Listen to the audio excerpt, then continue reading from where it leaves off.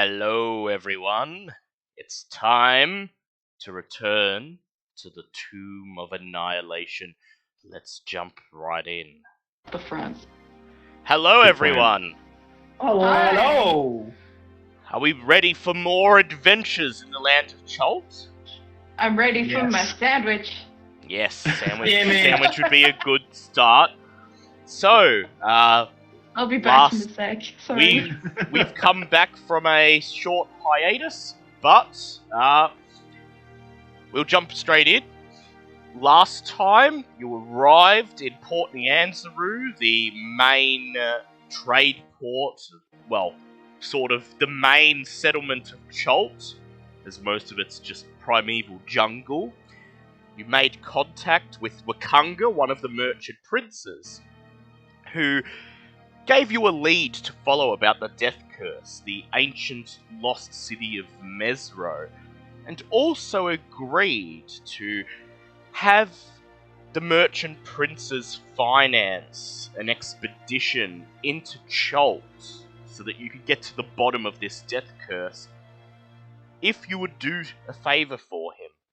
And that favour ended up being to compete in the most important dinosaur race of the year to try and bait out a competitor who may have been cheating to undermine the influence of the merchant princes. You competed, you won the race, and you managed to discover that the cheating team was headed up by some Yuan T who were engaging in a subtle campaign to undermine the legitimacy of the races. You put a stop to this and fulfilled your end of the bargain.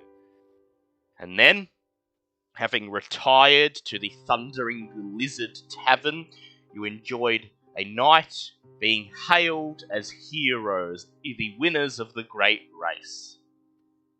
It is now the very next day. You've crawled out of your time of the morning is actually rather empty, and there is still a bit of detritus from last night's party scattered around. A couple of empty mugs, some pieces of paper and confetti scattered all over the floor, torn up party decorations.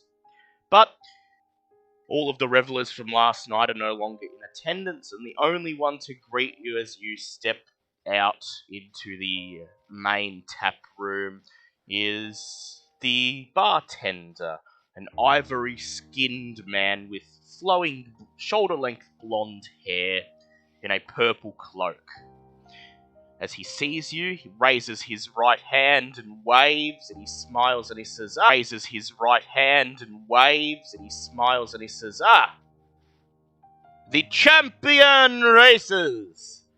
I hope you enjoyed your night on the house in my humble establishment.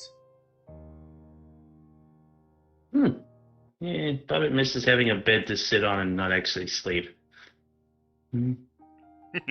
He smiles and chuckles and he says, well, you did not get much sleep last night anyway, if I recall.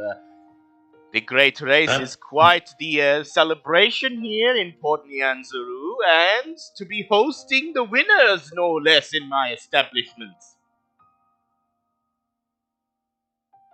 It was an enjoyable night. He smiles once again. He then raises one finger, holds it up in the air and says, oh, yes, before I forget, a message arrived by bird about 10 minutes ago. He reaches into his purple cloak and he pulls out a small roll of parchment. He unfurls it. He says, it appears you have a meeting scheduled with Wakanga in his villa. He says, do not keep him waiting, as he has Jobal and the other merchant princes in attendance. As you... I'll want to talk to him again. The barkeep then says, oh, one more thing. Your crew members of your ship, Jacob, Robert, and Frederick, They said to tell you they were heading down to the harbor to do some work on the ship and make sure she is seaworthy.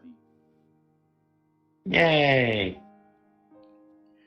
He claps his hands together and he says, "Well," he then takes a bow with a flourish, steps away from the bar and says, "I am here at your service, but I believe you have a busy day ahead of you, champions." And he gestures towards the door, which is already open, and you can already see the blistering tropical sunlight filtering through from the streets outside. It just already has her goggles on so she can actually see outside. That's bright, bad. So, is there anything you would like to do before you head up to see Joe Ball? Not particularly. Not particularly for Bulb. Bulb's happy just to. Oh, pardon me. Head straight there. Yep, Don't Bulb believe is... I have anything massively worth selling. Nah. Because I keep forgetting that. I'll just head straight there. Yep, you head straight there. Yeah. As you leave, Veska gathers her supplies and she pats Sir Lucian on the back as he's hunched over one of the tables where he's apparently spent the entire night. He looks up, contemplates the empty flask in front of him, takes a yawn and says, death curse aside, that was some mighty fine brew you have here." The barkeep looks over at him. He says, yes, Port Nyanzaru's famed beverage. I believe the main ingredient, banana juice, is really refreshing during the tropical heat." At this, Sir Lucian just frowns, contemplating the empty flagon, and then he pushes it away, stands up, brushes his armor off, and he says, "Well, I know not to drink at this establishment anymore." Oh, what's wrong with bananas? Bobbit likes them. He sighs and he says, "Well, we're burning daylight, let's get going." And turns his back to the table and pompously follows you all out into the streets as you head up to the merchant's ward. You walk through the streets of Port Nyanzaru, still astounded by some of the wonderful sights in this city. You see once again the tabaxi minstrels wandering the streets, performing for anyone who tosses them a few coins, even at this early hour of the morning. You marvel at the walls that divide the city into districts and the murals of dinosaurs, mountains, and mythic heroes. Bulb and Ava stop as you move to the merchant's district and take a moment to survey the flowers, the green plants, and the vines that grow everywhere, seeming to spring out of the building stones themselves. This profusion of greenery needs constant tending to prevent roots and shoots from damaging buildings or roof tiles, and in addition to the tabaxi minstrels, gardeners scurry about in the streets attending to all of the growths and offshoots. But eventually you arrive at Wakunga's villa. You press on through the iron gates, make your way up the grounds, and this time you are not accosted by floating swords or the guards. Instead, you find Wakunga's servant, who bows to you as you approach and pushes open the heavy oaken doors, granting you access to the villa. He leads you through the villa, through the tapestries and rugs that seem to sniff at you like animals as you walk past the floating swords, maces, and shields, the suits of armor that stand to attention and salute as you walk past, until you once again find yourselves in Wakunga's opulent lounge room. The marbled floors sparkle to a mirror sheen, and already Wakunga and a man you can only assume to be Joe Ball are reclined on the pile of cushions, waiting for you. Wakanga raises his arms in greeting and he says, "Ah! The victorious champions! Come, come! Take seats, make yourselves comfortable. I will have monkey fruit tea brought out for you shortly." Bullet once again dives to the nearest cushion she can find. Yep. Bulb, Ava, graciously sit down or scramble for the nearest cushion or bow before you sit down or... Bulb bows and then perches on the back of a chair. Yep. What he said. You both take a bow, introducing yourselves to Jobal and reintroducing yourselves to Wakanga once again. Then you take a seat down on the cushions next to Bobbert. Wakanga looks at you each in turn, and Jabal sizes you up as you wait for the servants to return with cups of monkey fruit tea. Jabal is a youngish man with leathery brown skin and a black afro and a rather magnificent beard. Both his afro and his beard are edged with slightly greying hairs, which is strange considering his age. He looks at you each in turn through narrow eyes that betray nothing, and then he smiles, nodding to himself, as if happy with his appraisal. The servants hand out cups of monkey fruit tea to everyone, and then after you take your sips and feel that euphoria welling up in front of you, Sir Lucian instead just places his cup on the floor and says, "Well, I know better than to drink any of the pleasantries that this city provides," folding his arms. Oh, that's not nice. Wakanga smiles and he says, "Well, so we should get to business first and foremost. You fulfilled your end of the bargain. You exposed the cheating Yuan-Ti team in the race, and you came away victorious in the race. I believe you are entitled to some prize money and other rewards, but you were not able to receive them during the ceremony for obvious reasons." He says... Yeah. He nods and smiles and says, "So it is my pleasure to provide them to you here now." He reaches into his cloak and pulls out 5 little leather coin pouches and hands one to each of you. He says, "That will be 250 gold pieces for each of you, the prize money." He says, "And a magical scroll of your choice from my library of 4th level or lower." Oh, Guys, you shouldn't have done that.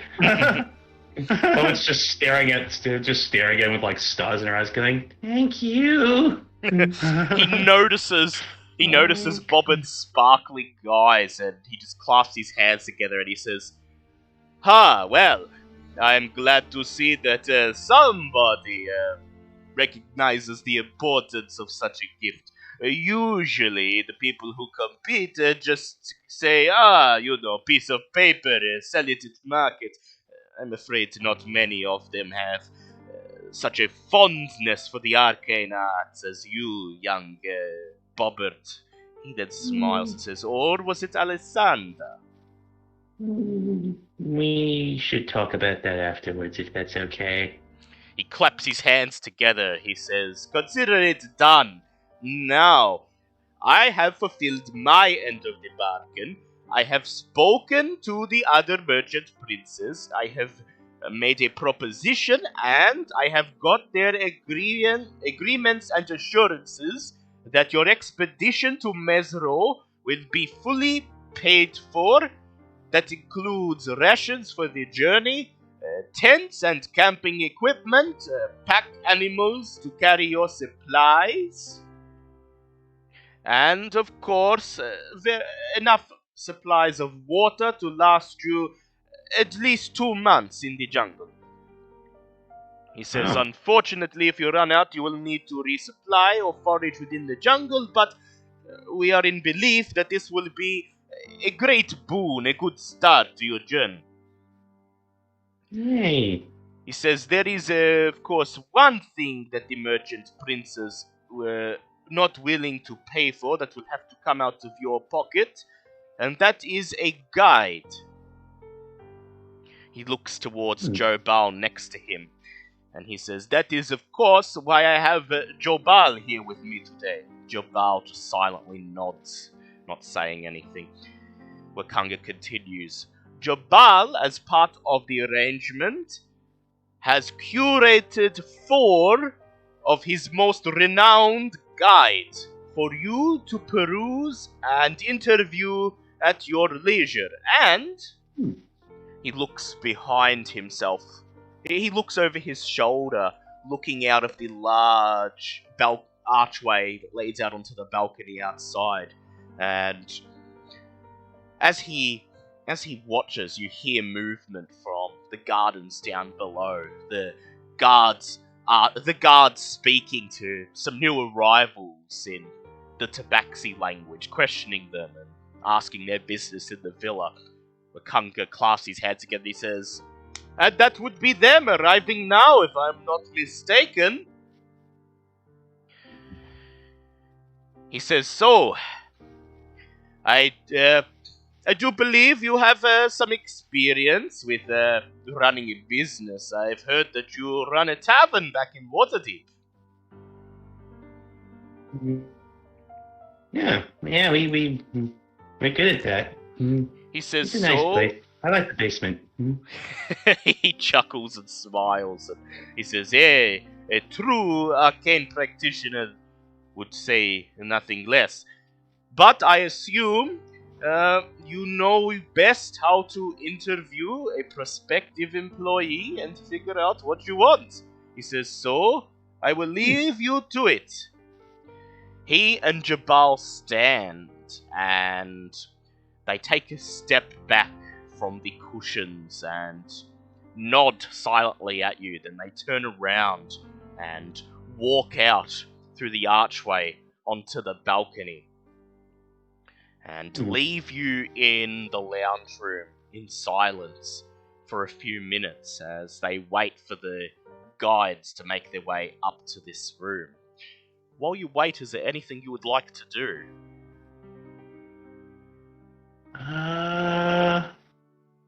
Not really. Bob's just waiting. Yep. I'm happy to look around, see if there's anything interesting in the room.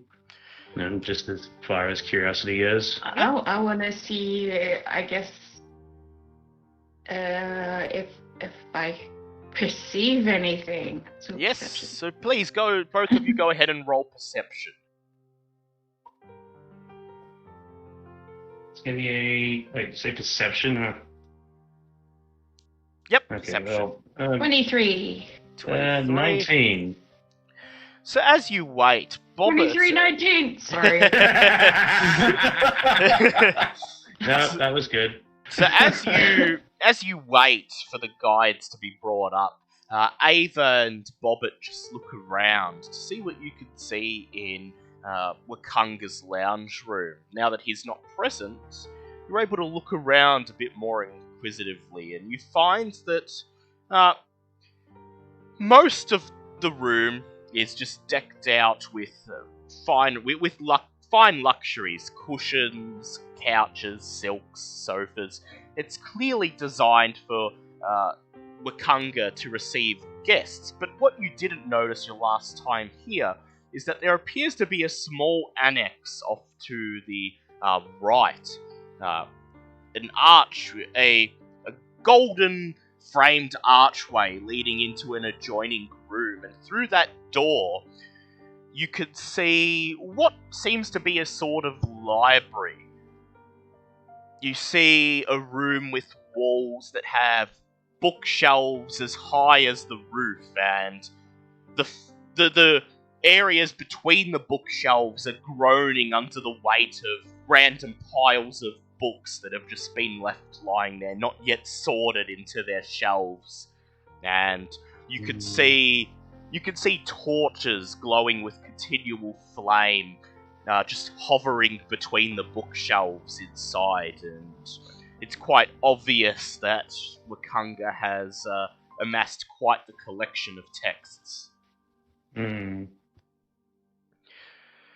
Finally, the door to the lounge room is pushed open, and Wakanga's servant enters. He sees you, takes a bow, and he says, "Lady Bobbert and entourage, your guides have arrived. You will interview them one by one." He smiles. He says, "Before I bring them in, do you have any questions you would like to ask?"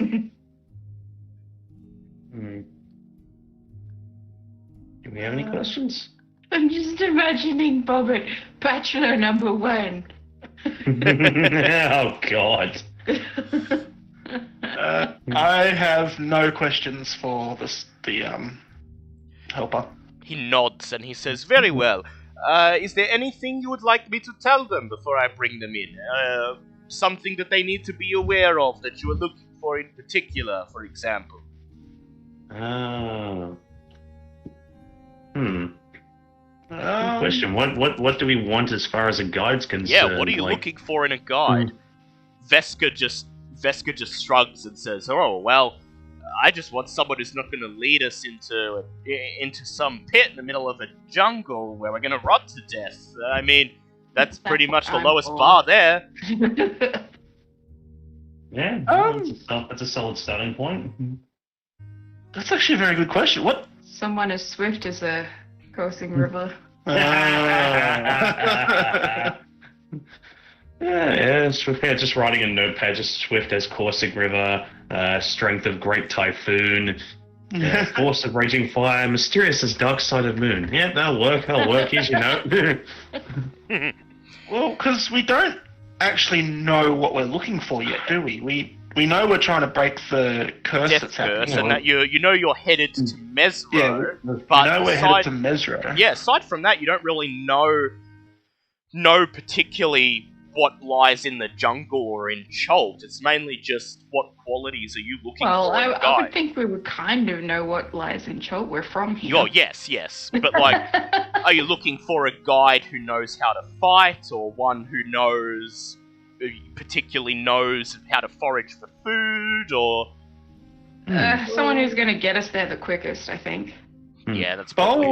Experience with travel could at least hold their own in the fight. Yeah, Bulb is thinking more, who's returned from the most successful expeditions?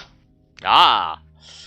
So... Look at you being all smart. One person could have gone on 50 expeditions, but only succeeded in 2 to find what they want. Yeah. He's not exactly the person that we want. No. But if someone's been on 10 and returned with 9 successful, then he's probably more the person guide. we want. So you tell this to the servants, and the servant says, so you are looking for experience and efficiency. I shall let the prospective employees know. Yeah, someone who's good. He smiles. He says... Food, I basically have covered. Yeah. Where I can just cast Goodberry. Yes, food. In terms of, for 24 hours we're set. It's more if we go for more than 4 days without... Plus you do have, a month's supply of rations and stuff that the merchant princes are providing, and I do have survival on nature. I have nature, so I would be able to identify non-deadly plants. Yeah. Not to mention that if you take your ship a portion of the way, you would have food on the ship that you can eat. Yes, you can also fish from the ship. So it's a guy who can find food, while useful, is probably not as useful as to a party with different composition. Yeah, so that's maybe someone who's not going to die in the first fight. Yeah. Well, someone who knows how to handle need to have themselves. the strength of a great typhoon. Exactly. Yeah, Yes. see the note where it works. The Why servant did we cut nods. this out of the damn remake? The servant nods and he departs the room to impart your instructions to the guides. And then, about 30 seconds later, the door opens once again and the first prospective guide enters.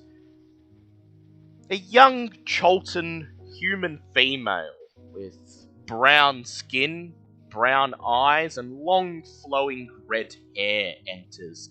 She looks perhaps no older than her mid-20s, and as Bet she's the best. she smiles at each of you, you notice that that the right side of her face is decorated with a long claw-shaped scar. Hmm. She takes a bow and she says, I am Azaka. If you need a guide to get you through the jungle alive, look no further. I was born in the jungle. I know its dangers well and how best to avoid them. Should you choose me, you may rest assured that your party is in safe hands. I charge 5 gold coins per day and I require a 30-day payment up front. However, for those adventurers who aid me in a personal quest, I will waive my fee and guide them to places no one has found.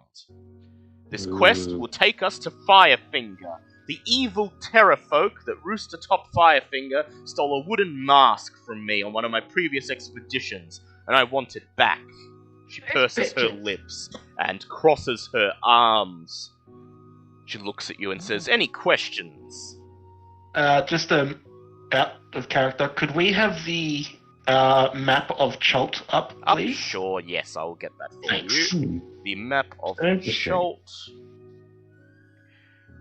So knows the jungle well.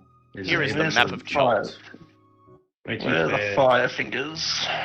Mount Firefinger is not on the map, but would you like to ask her okay. where it is? Well, yeah, that will be Bob's first question, is where exactly is Mount Firefinger? She smiles. She says, about a 10 days journey to the south. And she marks it on your map of Chult. It is right here. Oh, well, immediately we can go, that's a possibility, it's not far from Mezro. Yeah, it's pretty much a straight journey down the river to Firefinger, and then a couple days east to Mezro. Okay. Question: do we have like our own map to work with? Yes, moving yes. forward? Yeah, you've been given... Bob would like, I was gonna say, Bob would like to draw her own little copy of that, if that's okay. Yeah, you just sit down next to the big map of Chult that Sindra Sylvain gave you, and you're just copying out the rough outline of the area and scrolling the line of the river and just marking where Firefinger and Mezro are. Azaka smiles. She says, anything else? What is your experience as a guide? Like, how many expeditions have you been on? How many have been deemed a success? And how many have been deemed failures? She thinks for a moment, then she frowns, and she says, well, no expeditions as such. However, I have transported dangerous goods through the jungle. I was born in the jungle, grew up there, and know my way around it. Could you mark on the map where you were born? She nods. She comes over to your map and marks a location a bit to the southwest of Port Nyanzaru, roughly here near the city of Mbala. Okay, so if you were born there, you would know the safest ways to these areas then? She nods. She says, make no mistake, I've been all around the jungle in my life as both a courier and adventurer, and I've seen most of what Chult has to offer. And as... sorry. Everyone else asked questions, I've been asking too many. I know, but you're doing so well. What Plus, is other your experience in combat? Have you She's- experienced combat? She smiles, unfolds her arms, and places one hand up on her scar on her cheek.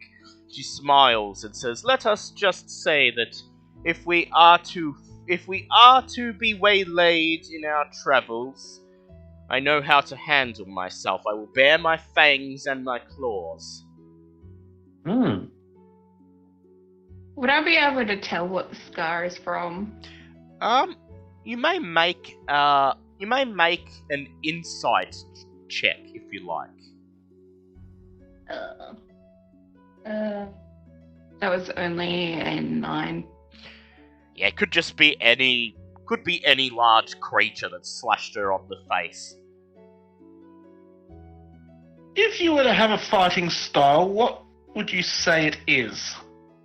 She says, up close and personal, no weapons. Mano So- e mano, Ooh. or She's mano a e monk. womano. So yeah, we could say she's a monk. As Like you, metagaming. yeah, Yeah. Okay, so that one is a she monk. just smiles and laughs to herself and says, "Let me assure you, my style is not one you would have seen before." Ooh. Probably likes new stuff. This courier job that you had, was that independent or with a group? She says, "I have worked on behalf of the merchant princes. I occasionally have worked for the factions, the Emerald Enclave, the Zentarum, the Lord's Alliance, all of them in various different capacities." What She did says, you "I do for care the not Zentarum? who." She says, "I care not who I work for, just that they are able to provide the payment that they promise." Okay. To a mercenary monk? Yeah, I guess that seems to be a good way to sum her up. Potentially many references. Payment that they promise. Okay. She seems interesting. That being said, she is applicant 1. Yeah. Yes, move along and see how She we go. simply- Should not fall in love immediately. Yeah. She I'm simply I know, she's got a pretty good case for herself so No, far. no, yeah, she's had a good case so far. takes a bow, smiles, and says, "Remember, Azaka is who you want." And then she Azaka. leaves the room. There is silence for a few moments, and then Bachelorette number 2. the door opens, and the next candidate, or rather candidates, enter. You see Oh. 2 tabaxi enter the room. A female tabaxi with orange fur and a black eye patch, and behind her, looking a lot warier, a haggard-looking, grey-furred tabaxi who silently appraises the room as he enters. I'm just They- picturing Khajiit. Yep, Traveling. basically. They can show you the way if you give them the coin. They both stand in front of you, and the orange-furred female tabaxi takes a bow. She smiles, showing her feline teeth, and then she says, "Beware the other no-good flunkies of Jabal. They are as trustworthy as a sack of snakes, just like most of the guides in Chult. If you choose us, we will never lead you astray. River and Flask are up to the task. That's our motto. Chult is our Everyone's playground." flask. River and Flask are up to the task. That's cute. I like Okay, that. they've got a point. Chult is Well, our they have play. the Ripper pod in their name. They do. Chult is our playground. We're fast, reliable, and know what we're doing. 5 pieces per day and a 30-day advance is what Osaka demands. But we're happy to serve as guides for only 4 pieces a day and no upfront payment. Even better, We'll waive the fee entirely for equal shares of whatever treasure we help find. Hmm. The grey-furred tabaxi just nods in agreement. The 4 GP a day. no upfront payment, and the fee will be waived for an equal share of whatever treasure they help you find. Sounds suspicious. Hmm. Okay. Both tabaxi GP then Never hurt- trust a cat. Both tabaxi then bow with a flourish in front of you, and the orange-furred female tabaxi says, "River mist and flask of wine," gesturing to the other tabaxi, "at your service." I love tabaxi names. I love the names, but they take so long to come up with on your own. Okay, well, I guess first question is how many expeditions and how many were successes and how many were failures? They look at each other and seemingly silently discuss something. And then River Mist turns back to you and says, "Countless expeditions, upwards of 20 or more, all successful." She then looks at Flask of Wine and he smiles and sorry. leans in to whisper something to her in Tabaxi. Bobbit, please make a perception check. I was about to ask for an insight check. Well, you can probably make one as well. Perception 16. You hear Flask of Wine whisper, "Expeditions, assassinations, what's the difference?" Yes, 'cause Okay, you guys hey, just what's the point? but you guys didn't hear that though. Only I No, heard no, that. that's true. I was gonna say because Bobbit's You could lovely let new us thing from know. Level Up. Bobbit can actually talk to him. Bobbit looks at it and just goes, "So, does anyone else think there's a difference between assassinations and expeditions?" Yes. Both Yes, there is, Tabaxi Hobbit. Both Tabaxi just are suddenly taken aback and they both just go, Bobbit just stares at both of them and smiles and says in Tabaxi, "You should be careful who you say things in front of. People might listen." Flask of Wine smiles and he speaks for the first time in Tabaxi. He says, "Your curiosity is already matching of an adult, little one." He says, "Yes, expeditions and assassinations are different in practice, but we have hunted targets who hide in the depths of the jungles. We made it there undetected, performed our given task, and returned unharmed." I mean, they have a point. Yeah, Bob translate this for It'd us? be That like is- getting led by Reva. Does Bobbit translate that to us? Yes, Bobbit passes it over. Bob would like to say to fellow party members, we have people that don't like us. Being led by assassins into a place where we could easily disappear is not an ideal situation that Bob would like to be in. So you're saying they could be double agents? It's not that they're double agents, it's just that the Zentarum or Xanathar or anybody that we crossed in Waterdeep could have hired anybody to try and kill us. That is entirely true. Flask of Wine looks over at his orange-furred companion, and he reaches into his cloak, pulls out something and hands it to her. She takes it and proffers it to you all and says, "We've worked with the Emerald Enclave and have their accreditation," and you notice the thing she's holding in her paw is an Emerald Enclave insignia. However, it's looking particularly battered and worse for wear. Can I have a look at it and do an insight check? You to may see do an insight check, please, Bulb. So check to see if there's just Because they blood on could the other have side killed of it. one of the Emerald. Yeah, There's nothing to stop them from doing that.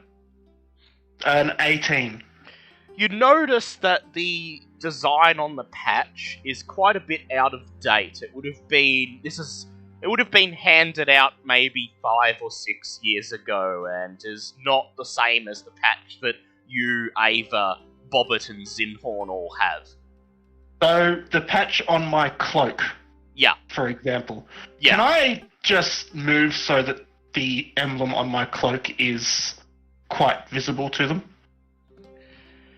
River and Mist. see how they react? River Mist simply shrugs and she says, so what? We worked for them a long time ago and haven't worked since. Not a big problem, I think. Hmm. It's What? a big deal if you want to work for the Zentarum. What was the nature of your business for the Emerald Enclave? They look at each other. Flask of Wine leans in and whispers something in his companion's ear. Bobbert, please make a perception check with disadvantage. Oh no, Yeah, disadvantage. I rolled a 19 and a 2, so yeah. Aw. Yeah. I didn't hear a damn thing. Unfortunately, you don't make out quite what he whispers. River Mist just looks up at you and says, "Oh, well, we was assisting the druid with finding some ingredients in the jungle. Yes." Okay. I feel like I turned him into an ingredient or something. Bulb has already made up his mind against River and Flask, but Yeah, you I think two we're can- I think we're too suspicious of them to Yeah. trust them. So you'd I like mean, to We're send them on their way? suspicious. Yeah. No, we'll tell them. We'll do the Well- usual. Don't call us. We'll call you. Yeah. Sort of deal. we will keep you in mind, but we do have 2 more applicants that we must listen to before we make up our mind. Thank you for applying. They both nod and bow, and as they walk out of the room, a gust of wind blows in from the balcony and lifts up the back portion of Flask of Wine's cloak. I would like all of you to please make perception checks. Oh, nat 20. Nat 7. 20. I got a 16. As they leave the room, Bulb, you catch for a fleeting second, tattooed in the tabaxi's grey fur, an image of a winged serpent. No. There it is. Right, so Sneaky while we're in the port, we must stay vigilant. I wait until the other 2, unless someone else saw it. Can we communicate to someone that we would like them to be kept an eye on? You can, you can motion for the servant to come in and speak to you as the tabaxi leave. Yeah. We could just keep an eye on them. Yeah, maybe we'll ask the servant to come in. Before he brings in the next candidate, he enters the room, pulls the door shut behind him, and he says, "Is everything going well with the candidates?" Well, before we came here, we were part of a treasure hunt, I guess would be the best way to say it, in Waterdeep. And we crossed the Xanathar's Guild and the Zentarum and a few of non-savory types. Those 2 guides are part of the Zentarum, and I don't want to overstep our bounds here, as I know we aren't exactly guests, we're just potential business partners. But is there any way that we can ask for them to have an eye kept on them to make sure that they are not here on a contract for our heads? He nods. He says, "I will have this message passed along to Joe Bell. Do not worry. I will have them surveilled as they leave the villa."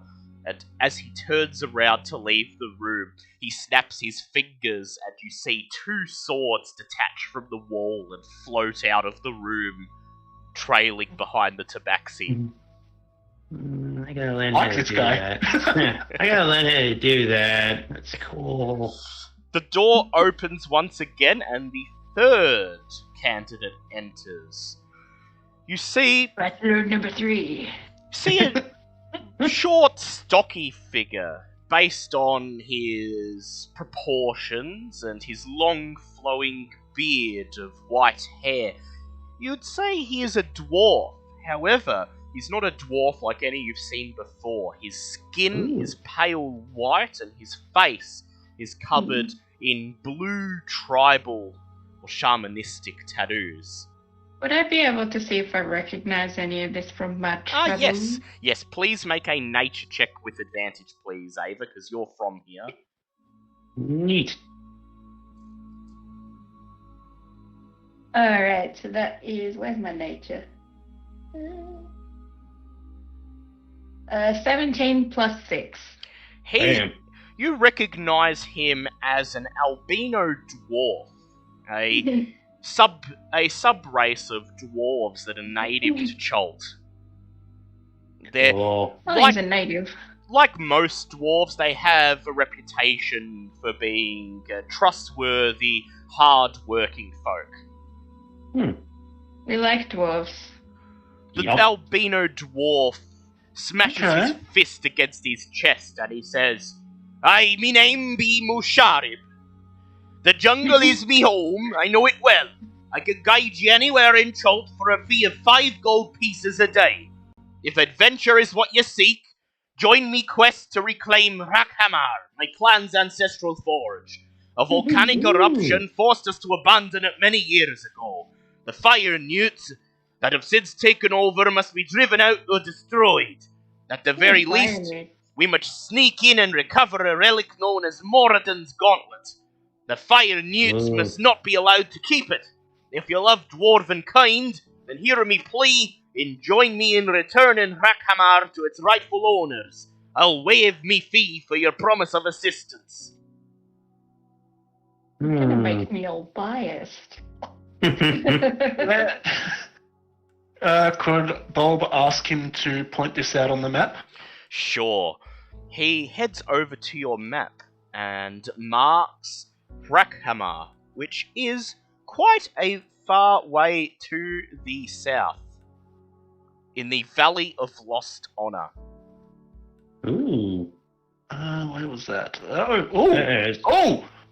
Okay, this guy's already got my vote because Oh? it's right next to the Kobold Mountains. Oh. Wait, who did he say has taken it over, sorry? The fire Yeah. newts. Oh, fine. Iron newts. Okay. Yeah, they got However, good skin, don't they? yeah. Mm-hmm. However, you may or may not know what fire newts are. I'm pretty sure Bulb would. I potentially... We can do a nature check to see if we know what they are. Well, Or you Bubba could quite literally just go, "What's a fire newt?" You could. Yeah, that too. Okay, yeah. You ask him what's a fire newt, and immediately his entire face boils into an expression of rage, and he says, "Ah, accursed reptiles that live in the flame. Like lizard folk, but they breathe fire. All of them evil down to the bone, and it's me racial duty to destroy them wherever they're found." Wow, I am out of game having the strangest sense of deja vu right now. Okay. Well, What's your experience in battle? Oh. Say it like that. He turns he turns around, showing you a large great axe strapped to his back. He then draws it and slashes it through the air in one swift motion. He says, "Aye, me axe has carved through the bones and drunk the blood of many an enemy in me life, and she will stand by ye as her faithful friends and companions." would you say you enter a rage during a fight? He says, I embody the fighting style of the ancient dwarven berserkers. Ooh. Ooh, okay. Fun. Okay, well, I He guess... says, as he slashes his axe through the air, he says, "Me rage tempered by the storm magic of the ancestors." Ooh. No, Hmm? I don't know. I'm just metagaming. I might know what subclass he is, but I'm not. I'm not thinking too much onto it. Okay, well, I guess Bob's follow-up question is, how many expeditions have you been on, and how many have objectively been classed as successes, and how many have been classed as failures? He says, "Now, lad, when you say expedition, do you count a war march?" Oh, yeah.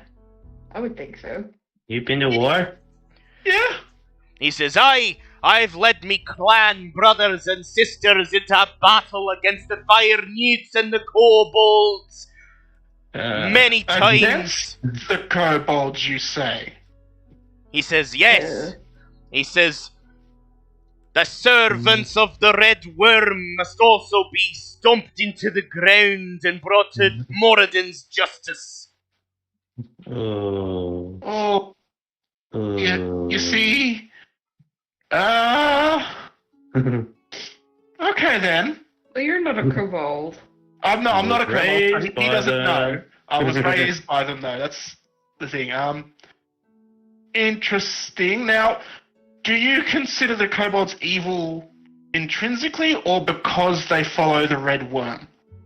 He thinks for a moment. He says, there was a time in the very distant past when my clan and the kobolds would trade. I wager if one were to slay that bitch of a worm, then the kobolds would be left to their own devices, and that I can be satisfied with. Okay. Bob is... I love the fact that you were like 110% going, yeah, this dude's awesome. The second mentions kobolds. Ooh. Right. It's like finding out that someone's like cool, but then you find out that they're racist, and it's like, oh no. Boy. Oh dear. I could still work with this guy. I could still work with this guy. Well, let's say, for example, that yes, we do class war marches as expeditions.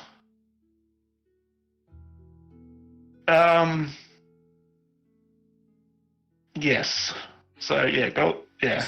He says, then I've led no less than 100 expeditions, most of them coming back with at least half the participants. Oh.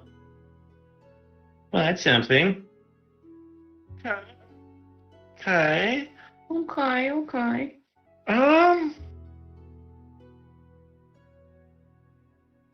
Idea as the applicants.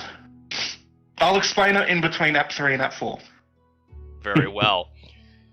As Musharib takes another bow, he says, just remember, you want steel and bravery in your companion, you want Musharib and his axe.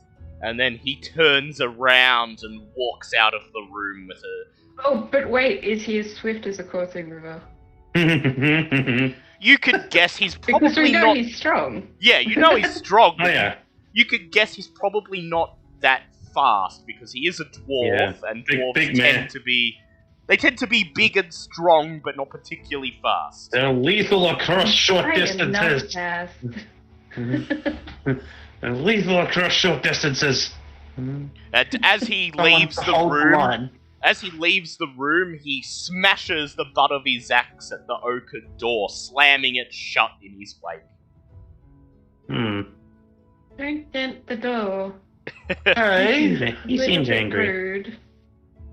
Between the applicants leaving and arriving, I would like to turn to the others and go, so far, we have 2 applicants that, considering, seeing as I believe we are all considering River and Flask to be a no-no. Yep. They're mean kitties. Some seem to have strengths other compensates for. Yeah. Right. Seems that You have one who claims to know the jungle very well, but you aren't entirely certain about her combat prowess. Meanwhile, you're quite certain Musharib can handle his own in combat, but his familiarity with the jungle is maybe uncertain. And the other two are a case of, yeah, sure, they probably know the jungle pretty well, but we have no idea if they're going to slit our throats in their sleep. Yeah. Well, Which is they're, good. I think So- they're a non-option. Yeah, pretty much at this point. They're probably here to kill us. More than likely, yeah. Aren't we lucky?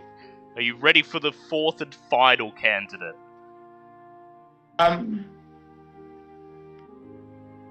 What?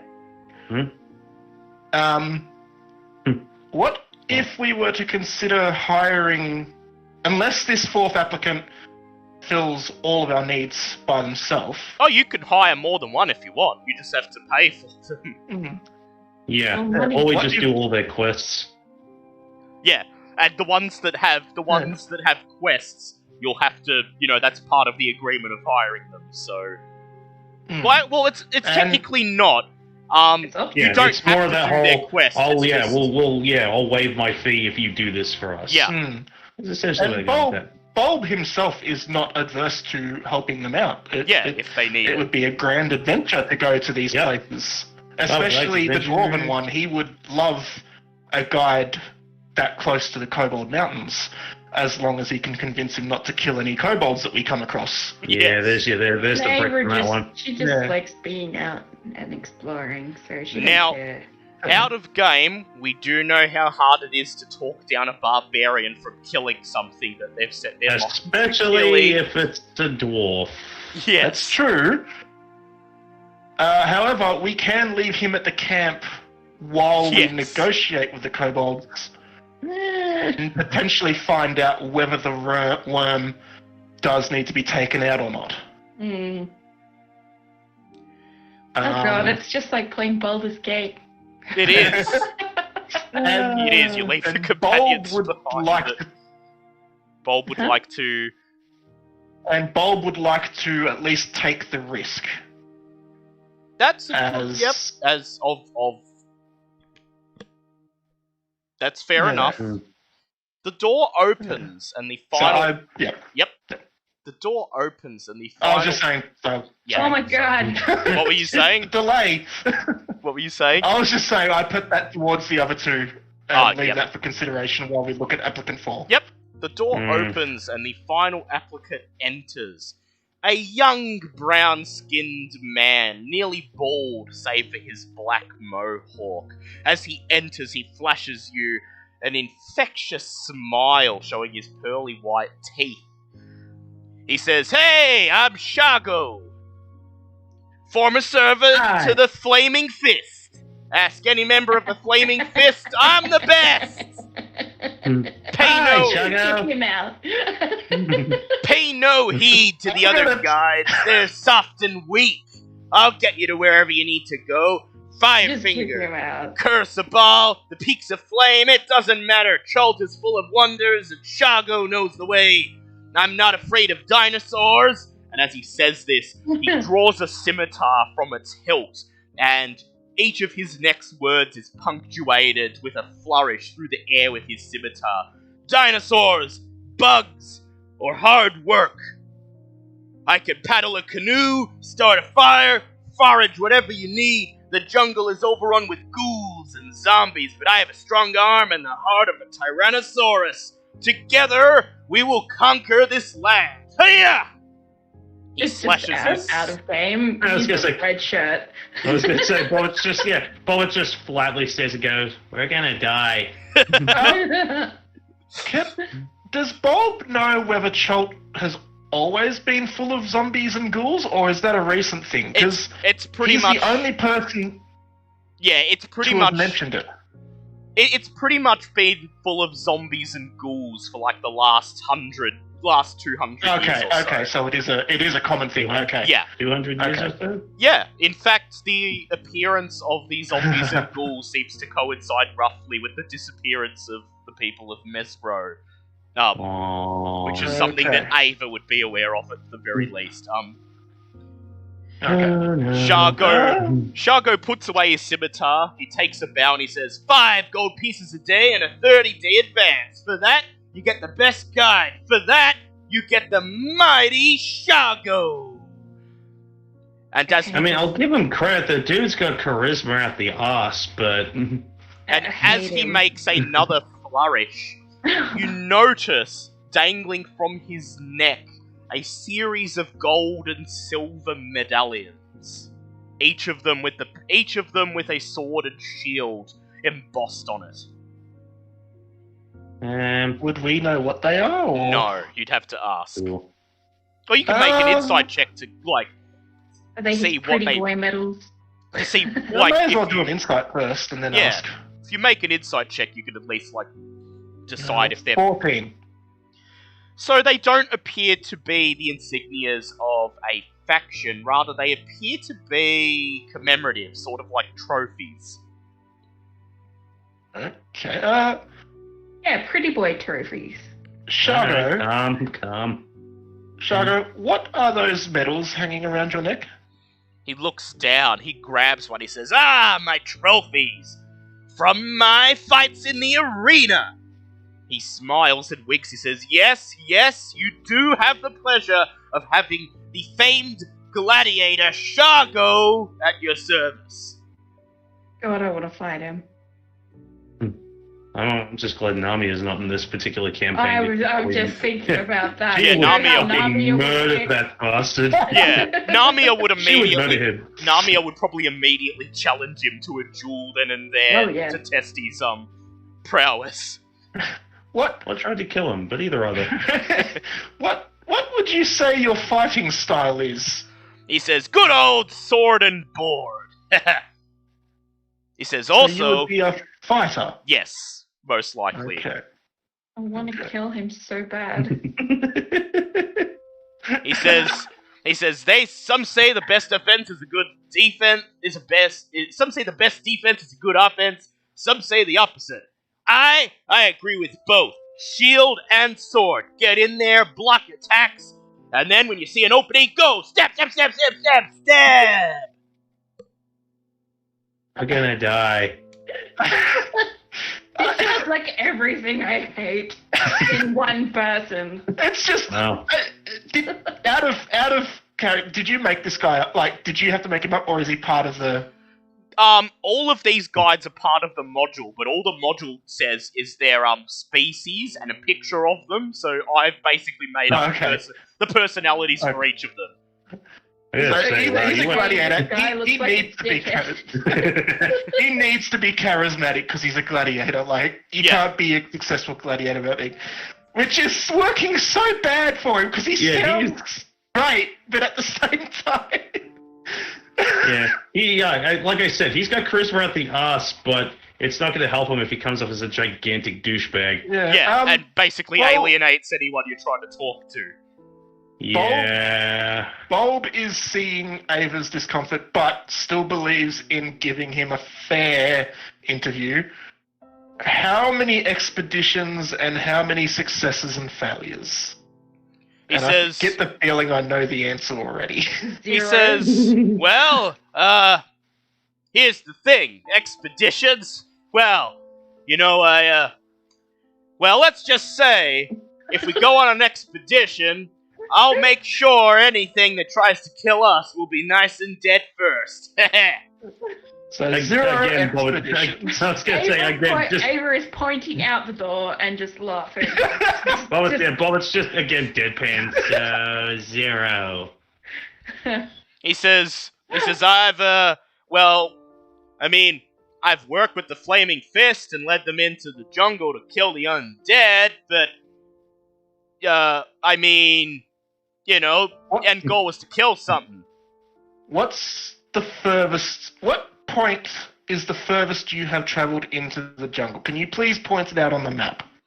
He looks over the map and he gives out aloud, let's see, so I followed the Flaming Fist, and we had to go kill undead, he I would says. half expect him to go, oh, nowhere on this map. He says, What the hell is this? he says, round about here. And he points to a location approximately 2 days to the east. Oh, God. Well, Shargo, you seem like a very outstanding man, Wow. and this is completely opposite of how Bob would actually talk of his -1 charisma, but I'm saying it how I'm saying it. Yep. You're an outstanding man, and we will give you fair consideration. We do have 3 other applicants that we have seen, and we now need to discuss amongst ourselves. The As you judges s- need to deliberate. As Yes. you say Who's this, going to be Chult's next top model? as you say this, Chult's there's a next top knock on the guide. door, and the servant pokes his head in. He says, "Sorry to interrupt. We have a surprise 5th applicant." Oh god. Yeah. Okay. Boy. Well, as you see, Shargo, we do have some more work to do today. Please wait outside, and we will give you our answer in due time. And I feel like that's word for word what I've said, but he can tell that I'm fucking lying. Yeah. He just gives you a frown and he says, well, if you need me, you know where I am. And he reaches into his cloak and he pulls out a shred of paper and he says, and here's an autograph for being a good sport. I take the autograph and say thank you. He bows and leaves the room, and as he opens the door behind him, the surprise 5th candidate walks boldly into the room. You see a human female with tanned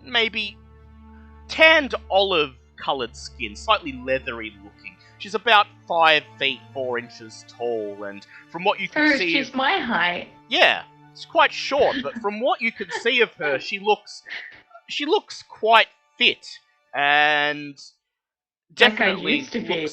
definitely looks the part of a seasoned explorer. However, you're not able to see much as her garb covers up most of her body, and as she enters, she pulls a hood over her head, concealing most of her face. She simply looks Because I have dark vision, would I be able to see him? Yes, you can, but all you can see under her hood, and you could just see a leathery skinned woman. She seems to be wearing quite a bit of makeup. She smiles and she says, "My name is Salida. I've led many expeditions through the wilds of Chult. I know secret trails that appear on no map. Hire the others at your peril. Azaka has led expeditions into the jungle that never returned. River and Flask are charlatans and murderers, plain and simple.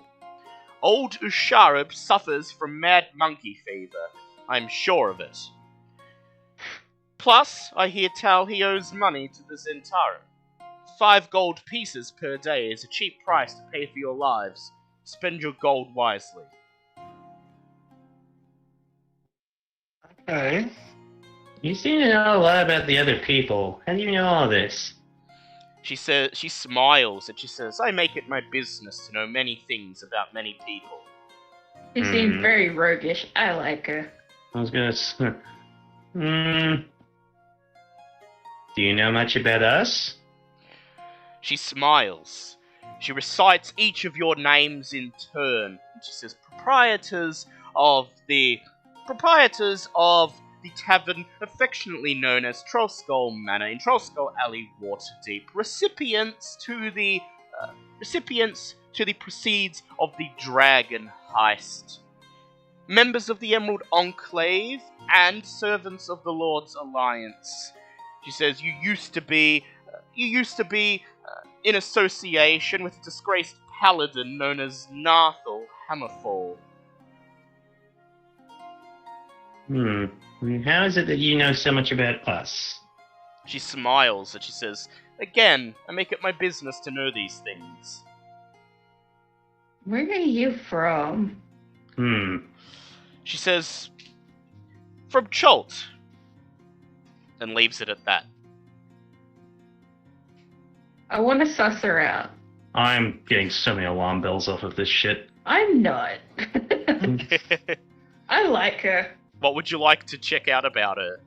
I just want to, I don't know, see if I can see any All right. sort of Please anything. make. Would you like to check her mannerisms, or would you like to look at her, try to get a better look at her face? Mannerisms. Make an insight check, please. I'd better inside be looking at her face, but I don't have that. Where is my insight? +4. 17 +4. 21.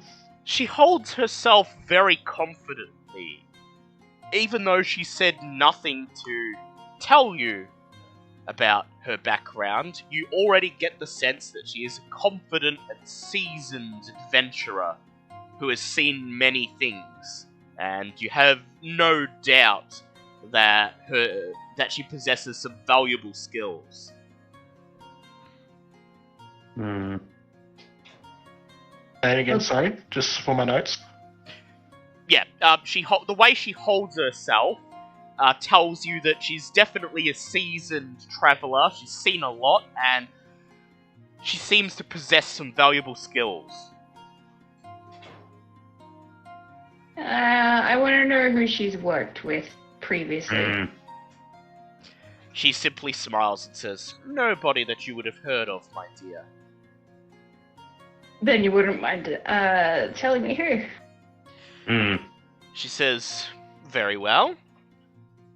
I will name a list of clients who I've lent my services to in the past. The first and most prominent, those who harp. Harpers? The Yeah. second and most prominent, those who follow Dendar the Night Serpent. Zenzaran. Zentarum. Thirdly, and perhaps least most importantly, I have lent my services to the natives of Chult to help them brave the dangers of the jungle. Would like you all to make insight checks, please. Meanwhile, I'm gonna roll something for her. 13. Nice. I got 18 +4. Yeah, I got 18, so you got 22. Yep. Well, I Okay. get 22. Yep. So Okay. Ava, you are the only one who sees anything wrong with what she says, and that's quite a mix of clients, and it's unlikely that anyone who's worked for the Harpers would work Work for... with the Zentarum. Yeah. Yeah. Hmm. So you're full of shit. Do you call her out on it? Yes. She simply smiles and says, "Forgive me, and you are a shrewd one to see through my carefully constructed ruse. I shall just simply say that such things are a tool of my trade. And if you take me at my word, you will not regret it." Well, you've already lied to us. Has she ever worked with the Shield of Yata? Would you like to ask her that, if she's heard of Yeah. Oh, I wouldn't know it? No. who they are, but I have a feeling. Yeah, you have a feeling out of game that she has, but Nah. What was her name, sorry? Salida. Salida, okay. Just for my notes. As she waits for your next question, she purses her lips and you see the tip of her tongue emerge and just lick the bottom of her lip almost seductively. And I would like all of you to please make perception checks with disadvantage.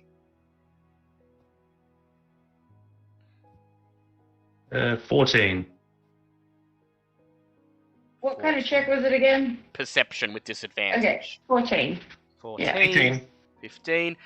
Unfortunately, 18 for Bob. Yeah, 18. Bulb.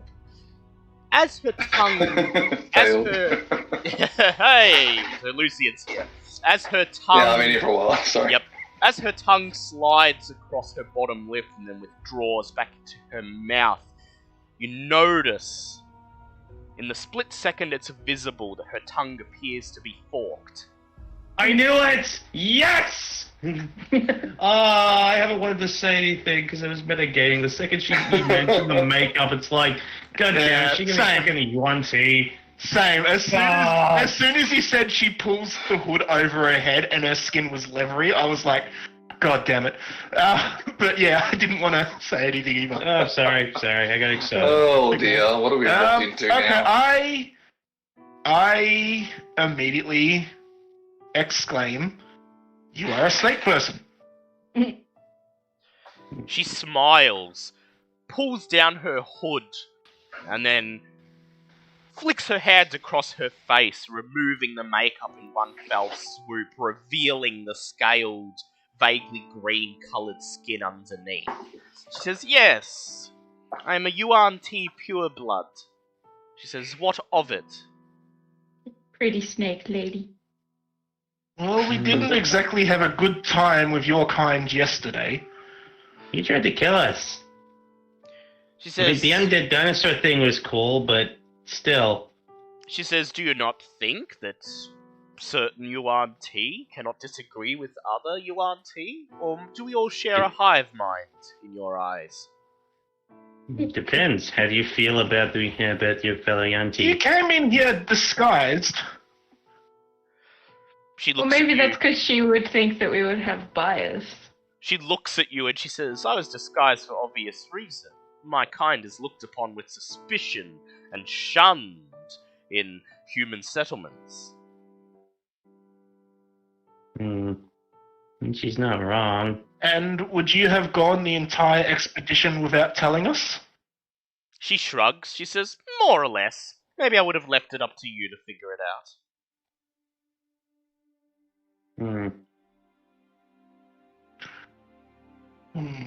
She then smiles. She says, "But as a Yuan Ti, I've walked through the jungle pretty much freely throughout my entire life.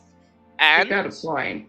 I know of places in Chult that others do not, and I can lead them to you. I can lead you to places that others would not know even exist." I mean, that is a solid branch there. Why? Finish this line. Why are you hiring yourself as an expedition guide? What are your... I don't want to say motives, because motives immediately bring to mind bad, but what are your reasons for being a guide? Like, She says, if you can live in the jungle freely. "Well, I may be a Yuan Ti, but Yuan Ti pure bloods are merely the base of Yuan Ti society. Sometimes I can live a better life among humans, and what better way to secure an income than to utilize the one skill that the gods saw fit to grant me at birth." And that is... Being What's- a what Yuan stuff Ti, can you do? knowing She- the land. She gestures with her hands. "Being one with the jungle, of course."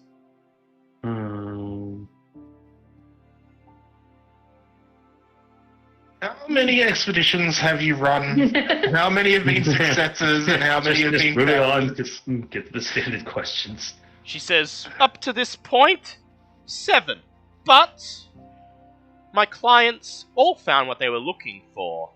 And, most importantly, made it back to civilization unscratched." That is important. So, why do you know so much about us then? Her job to know. She says, "It's my job to know. I like to research prospective employers, find out what they want and how I can provide." Yeah, that checks out. Yeah, checks out. Okay. She simply curtsies at you, pulls her hood back over her head, and says, "Feel free to deliberate, but I think you know who you wish to hire." She then boldly struts out of the room, pulling the doors shut behind her.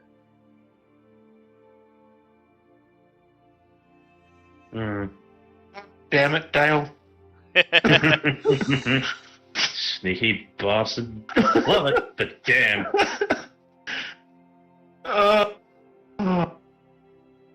So the candidates so Okay. far, the ones that you liked anyway, are Azaka, the woman who was born in the jungle, looked a bit battle-scarred. You have no questions about whether she knows the way around the jungle. However, her combat style, you didn't quite get a handle on. You kind She- of average. She will require a 30-day payment up front, but will waive her payment if you help her complete her quest at Firefinger. The other that you liked was Musharib, the albino dwarf. No question at all about his combat prowess. His prowess as a scout or tracker in the jungle may be a bit up in the air. He also requires an upfront 30-day fee. However, he will waive it if you promise to help him return his ancestral home of Hrakhamar to its rightful owners. And finally, Salida, who you've just spoken to. She does not require an upfront payment, only 5 gold pieces per day. And you're left with an impression that she definitely knows her way around the jungle. Bulb would like to put it to the group that he personally would like to hire Azaka and Masharat if they are willing to work together. Because he wants to help her, and she does seem to know her way around the jungle. Masharat, You're a because he sucker sees for an redhead. opportunity.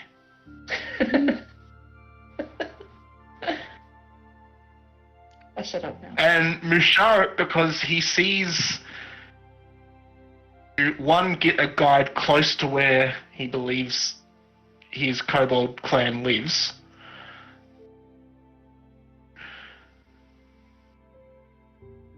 Stopping any more violence between the dwarves and the kobolds appeals to him, as well as the fact that this guy seems to know how to fight. That's fair enough. But then we also may have a berserker on our hands that we can't Still stop. holds. Yeah, that's That is What? true. It might Yeah, be like but there is also a kill all chance- the kobolds that you're trying to save. Also the chance that we could talk to him beforehand. To it's kind of a and mixed maybe bag with promise this him a one. fight of a lifetime with what sounds like a dragon. Yeah. You've basically promised to And help Bold him personally fight a still dragon. has. Are we ready for a dragon? Depends what type of dragon it is. If it's a Oh, young if it's dragon, it sounds like a red worm. yeah, red worm, but he didn't tell you if it's a young one or an adult one or... Look, Can we try and do an it's up insight to- check for it? Probably take us a while to Just get there. give We up might that. have gained experience. Yeah. Yeah, So, Oh, Lucian, it's Lucian, kind of was up- there anyone in particular that you liked? Well, I'm just trying to catch up with the storyline at the moment because I did come in a bit late. My Yeah. apologies. So you're just trying to hire a Um, guide to help you in through the jungle to your next destination. Oh, okay. Okay, I was going to ask, is it possible that we can go find the right person to talk to about finding what else could we possibly encounter? That's the whole premise of a guide, Well, I mean, isn't you it? can, Yeah. yeah. I mean, you don't have to hire a guide. Um, You can head off into the jungle and try to, make your own way. Never been seen again. You guys have very Maybe getting a guide is probably the best option. no, Oh, I sorry, have Kitty? faith in Is I have it? faith in Ava. Hey, Yeah. I'm Go, looking for Kitty. Ava. Can we? Yeah. Is it possible? Can we go to a guide and pay him for some information that would help Ava in her navigate through? So The yeah, jungle? not hire the guide, but pay them to basically map out a route for you and pass along Exactly. what they know Give to us locations Ava. of traps, encampments. Yeah, Tempted to all just that hire jazz. all three. that's something you could do. You could hire all three. You Oh, could let's just kidnap pay someone. for That works information. well. No, you're lawful now. You can't do that shit, and you know it. You're like, Yeah, we this could is hire all speaking fourth three, wall here. and You we'd could only have hire to all really four. pay Salida. Yeah. But yeah, it's just that whole up and down sort of deal where you have, human girl, yes, has experience, has lived in jungle entire life, but not unknown for combat experience. Dwarf definitely would be good in a fight, but is potentially like off the fucking rocker and will go nuts if we try and get him near the kobolds, which may be an issue because, Bob's family, whatnot, kind of In awkward. a nice way, they're basically a free meat shield, no matter which way you look at it. They That are a is free true. meat shield for the team. That is true. As the meat shield. Hmm. The guys is the meat It's shield. Charge, guy. Yeah, we don't have to get them back alive. Yeah, no. That's They, not that's, their their job is to get you back alive. You're under They're no not tantamount to the obligation. quest. Wow. You're under no obligation to ensure. Sir Lucian knows this from his Credits days in the and military. that guy. What's the guy's Right. name? Oh, we don't know. He died. Sir You guys are fucking Lucian, idiots. Sir Lucian I'm knows not this. saying that we'd actually do it. My God. Because, Sir Lucian's just talking from experience, His job was to sit in a tent far away from the battle and think up battle plans. He was under no obligation to, So actually... we have to wave our own men to deal with the problem. Yeah.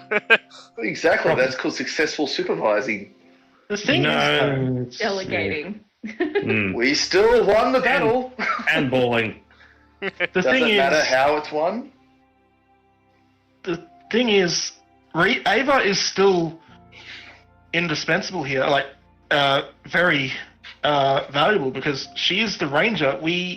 None of these guides indicated that they were rangers. No. That is true. So Exactly. Oh, we Yeah, good could Ava- point. use Salida? Yeah, I Selena. don't know, because she sounds like a rogue. We could use her as a scout. yeah, Yeah, and Exactly. so Why don't we Meat confirm shield with that's her? forward. Okay, leaving the meat shield tactic aside for 1 minute, because we're not all monsters here. and we are all good characters, I believe. Except Yeah, for Sir close enough. Lucian, he's Oh, well, good. neutral. Robert is the closest to. Yeah. Well, but it's still technically chaotic good, but, at the same time, we don't know how far that is going to fall down the road hole. But, we... Really depends on where you want to go for on this one. Yeah, I can hire a guide. Well, that's what we're doing. That's but what we're which trying to do. one? We've had applications. yeah. You've got Okay. five. You've got 3 candidates to choose from because 2 of them you didn't really have your heart set on.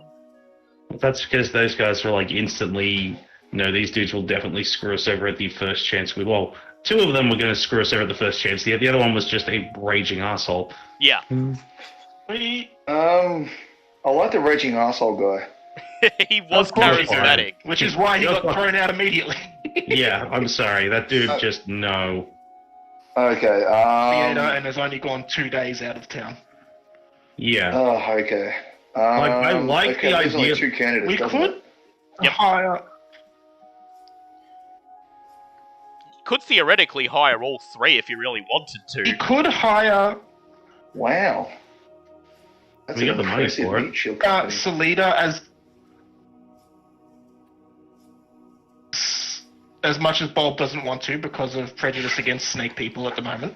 Yep. Salida could be the leader. We could hire Musharraf not as a guide but as muscle Yeah, to as help muscle. us. His strength, and we wouldn't need to pay him because we would agree to help him get his homeland back Mm-hmm. And Azaka, Hire Azaka same deal with her. as the Azaka sounds same useless. deal I'm with her. We sorry. wouldn't need to pay. Yeah, She yeah. could be She said good to start with, but if we already have Yeah, Snake Selena Lady, and Masharib. we don't really, we have Zelita. We don't really need the other girl. In all honesty, No. That's probably true. honestly, We don't. Bob just wants We really to help don't. her. Yeah, that's And because like she's that. a redhead. But I mean, you could go to Firefinger and get her thing and bring it back for her if you yeah. There's really no wanted saying where to. we can't. Yeah, We could just go fetch it. yeah. I'm gonna fetch quest for a thing. At the same time, if we brought her along, then that's an extra person to help. Yeah, Yeah, But you don't know it's what her also an combat- extra person to, try Keep to alive. not get killed. Yeah, well, yeah, we also have to It's keep in another- mind. It's more or less we also have to keep. Yeah, potions it's, and spells. and yeah, keep and in food. mind, Obviously, the more people we have, the more stock with supplies we're going to need as well. and keep in mind that while some of these people may be able to fight, they are not adventurers. So Yeah. they will not be as proficient in combat as you are. Yeah, also an issue. It's just some of them will be able to hold themselves in combat and others won't. You could also hire one as your main guide and have another ready in reserve in case, for whatever reason, you need a replacement. In case they die. Yeah. Yeah, the only two I would take is Snake Lady and Dwarf Man. Yeah, that's. I really like Dwarf Man. Yeah. I really like that. He sounds appealing. Just that As extra long as- brawn. Just they as long last a as- little bit longer. As long as we don't bloody get ourselves dragged into the middle of a goddamn war because of it, then yeah, I'd be fine with Dwarf Man. Mm. I'd Yeah. say Dwarf. I'd say Dwarf and Selena. Snake Lady. Very well. I'll remember names later. I'm just working with. Yeah, what I remember they're now. Dwarf Man and Snake Lady. So we're all in Yeah. agreement, Masharab and Selena. Alright, how much will it cost us? You call in the servant and tell him of Wait, where's Remy? That's actually a good question. Yeah. Where is Remy? I think he... I'm here. Yeah, so are we all in agreement, Masharab and Selena? You hear me? Oh, we can Yeah. now. Yeah, we yeah. can. So, Yeah. You- Now we don't hear you? Are you saying what? Fuck is. Masharab and Selena? We can hear you now. We can hear you going... We can hear you... In and out. Yeah. Hmm. Oh, there he goes. There we go. So, you Yeah. tell the servant who you would like to hire. Well, just a sec. Yep, just wait. We'll wait for So Remy Remy can to come actually back, because he say... might have had something to say. Yeah, because I know he, Can you hear me now properly? Yeah, we can hear you Yeah. properly now. Yeah. Yep. Oh, okay. Fucking Discord was fucking up on me. Yeah, it does that. Sometimes I hate when it does. Bulbs wants all three, but we'll go with the majority of the group. Okay. Yeah. Alright. So you tell the servant you'd like to hire Masharab and Selena, and he looks over their contracts and he says, okay, so, Musharab, you require no payment to if you pledge to assist him with his personal cause. Shall I tell him that is the arrangement? I believe that is what we're doing, yes? He says, and Selena requires 5 gold per day, no upfront payment. Yeah. That's fine. Very well. You will be providing no upfront payment to the guides. I shall tell them you are satisfied with their terms, and when you are ready to leave Port Nyanzaru, Jobal will instruct them upon where to meet you. Could you please Yep. tell Azaka that after we have finished our meeting here, I personally would like to have a meeting with her. He Everyone's says, having a meeting today. he smiles and he says, very well. Shall I just send her in right now? Oh well, yeah, may as well. It's not going to be a secret. He says, very well. I will inform the other candidates of your decision. I will send Azaka in, and once you have dismissed her, I will escort her to the exit. He smiles and gestures to someone out in the hallway, and Azaka returns to the main room with an eager smile on her face. The servant exits the room, pulling the door shut behind him so he can inform the other candidates. Azaka smiles, folds her arms, and she says, so, I guess I'm the lucky one? Unfortunately, no, Azaka. There were other candidates that had more experience for what we were looking for, and our expedition is of an importance that we need to go for the most experienced at the time. However, I would like to take on the quest that you were offering in payment, because I would like to get you back your mask. She looks at you, and she smiles, and she says, "Oh, is that so? Well then, I will accept your proposal. You go to Firefinger, grab my heirloom, and give it to me, and then perhaps, if you ever meet me under the light of the full moon, I won't tear you asunder." Then she flashes you a cheeky smile. Wait, she was a freaking werewolf? Fuck! Okay, well that was a thing. That would explain, well, that answers that question. Moving along. Fuck me. We dodged the bullet. Jesus Christ. Were-tiger, actually. You're welcome.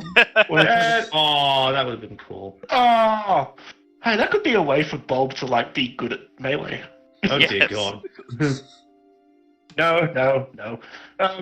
Okay, well, if you leave, threatening revelations aside, if you leave all the information with me, such as where in Firefinger it might be, what we might be facing, yes, I will take it upon myself, She at the very simply, least, she to get it simply back for you. folds her arms and says, "Top level, where they roost, terrafolk, and perhaps some pets they may have, dinosaurs." And with that, she smiles and she says, "In all seriousness, I do appreciate the kindness." And then she walks out of the room.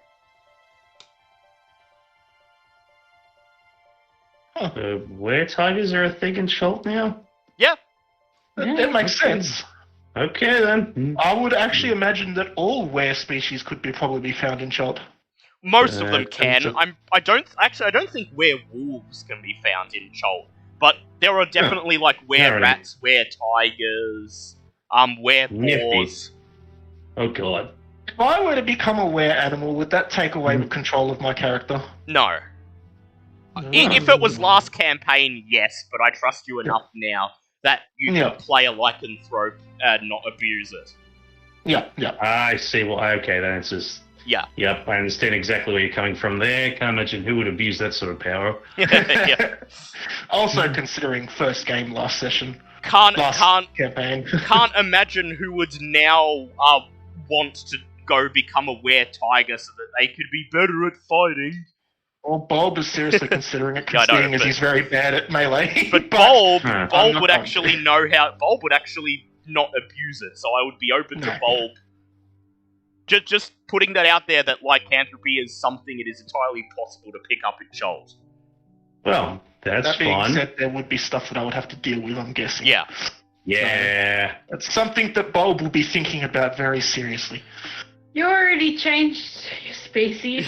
I'm curious to see how an owl works having a were-tiger. That's a weird-ass mix. Well, after you've done Yes. after you've done discussing, Wakanga and Joe Bal return from the balcony, both of them wearing wide smiles. Wakanga claps his hands together and he says, "Interviews conducted like true business people." He says, "It was a joy to listen to them, and I shall have to be speaking to Joe Bal about who manages to make it through his selection process in the future." Joe Bal simply smiles wryly and nods. Wakanga says, "Well, I believe your guide is sorted, so if there's any other outstanding business you have with either myself or Joe Bal, now is the time to air it." Bobbit looks up at Wakanga and goes, Yes. Yes. I was wondering if I could have a word with you in private, please. He looks around, he says, "In private? Well, accompany me to my library then." He gestures towards the room that you saw earlier filled with books. And then he leads you into this room, just beyond the archway. You find yourself in a room groaning under the weight of thousands of books, either stacked roof high in bookshelves that take up the majority of the walls, or just piled haphazardly along the floor. He leads you over to a nook at the back of the room where there is what appears to be a purple velvet sofa that's covered in books. He carefully lifts a pile of books off the sofa, allowing both you and he to sit. And then he looks at you and he says, "So, young Bobbert, or Alessander, what bug do you have in your bonnet today?" Well, we'll be having this conversation in the Tabaxi language just to keep this simple with him. Basically just looks at him probably more seriously than she has at anything else in her life so far and just gone, "The name Alessandra. I haven't had it for a very long time, but you're the first person who's actually made any sort of notice to it. What does that name mean to you?" He looks at you. He says, "It is a pretty name, is it not?" That's not what I meant. He says, "Yes, and I think you know as much, and so do I. Alessander Raybert, the artificer daughter of one of the chosen of Ubtao, the rulers of Mezro, the daughter of the only non-Tabaxi ruler. If the legends are to be believed, Alessander, her father, the other chosen of Ubtao, and all of the citizens of Mezro itself vanished 200 years ago into thin air, roughly around the time of the rise and fall of Rasnasi." He notices the puzzlement on your face. He says, "Ah, and there we have it. I do not believe you have heard of Rasnisi?" It's not something I've recalled recently, no. He says, "Ah, Rasnisi, who was once a chosen of Mezro many, many millennia ago, but who fell out of favor with the god Ubtao and was expelled from Mezro into the jungle, his immortality stripped away. Rendered mortal again, they say that Rasnisi made a pact with demons from the abyss, who, in return for his servitude, granted him the immortality he sought. Now that he had his immortality again and in league with demons, he sought vengeance against the city of Mezro and the chosen of Ubtao, and spent the centuries after that biding his time, until about 200 years ago he emerged with an army of the undead numbering in the thousands. They marched upon Mezro, and in their wake devastated countless settlements across Chult, chief among them the capital of the Tabaxi Empire. And it is Rasnisi and his army we can blame today for Chult being as inhospitable as it is. He effectively scrubbed all civilization from the land, and eventually his army stood at the gates of Mezro. It is then, according to legend, that a bright light flashed in the sky, and when it subsided, the citizens of Mezro were gone, and so was Rasnisi. To this day, the remnants of his undead army wander aimlessly in the jungle." Wakanga smiles at you. He says, "And that, as they say, is that."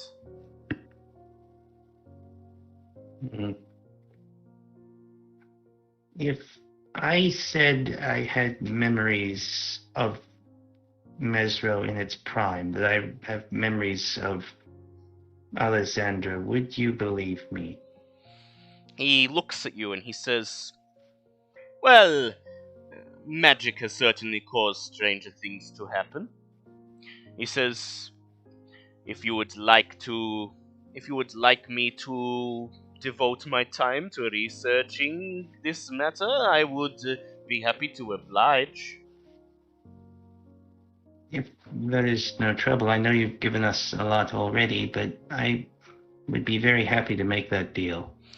He says, consider it done, for if there is a hope that Mezro can be restored, then there is hope that Chult will be restored to its former glory, and we can finally expel these accursed foreign colonizers from our shores. Thank you. You've given me a lot to think about. He smiles. He says, not to worry, young Bobbert. And when you've decided which scroll you would like, you need simply write its name in this piece of paper here. He reaches into his cloak. This will send me a message instantaneously, and I will have the scroll magically dispatched to you, wherever you happen to be. I was just curiously staring at the piece of paper, trying to suss out how it works. It appears to be some sort of magical communication device. You would make an Arcana check, actually, please. Oh, that'll be fun. 23. You can't say you've seen anything like it, but you quickly get a handle on how it works. You would suspect that Wakanga would have a duplicate of this piece of paper, and whatever you write on yours would show up on his. As such, he would be able to tell instantly what scroll you want. It would also allow you to communicate with him in a pinch. Oh. He places his hand on your shoulder and he says, now, let us return to your friends. I do believe some of them had some more business to discuss. You return to the main lounge, and where your party members have been engaging in idle chatter about their chosen guides and what awaits.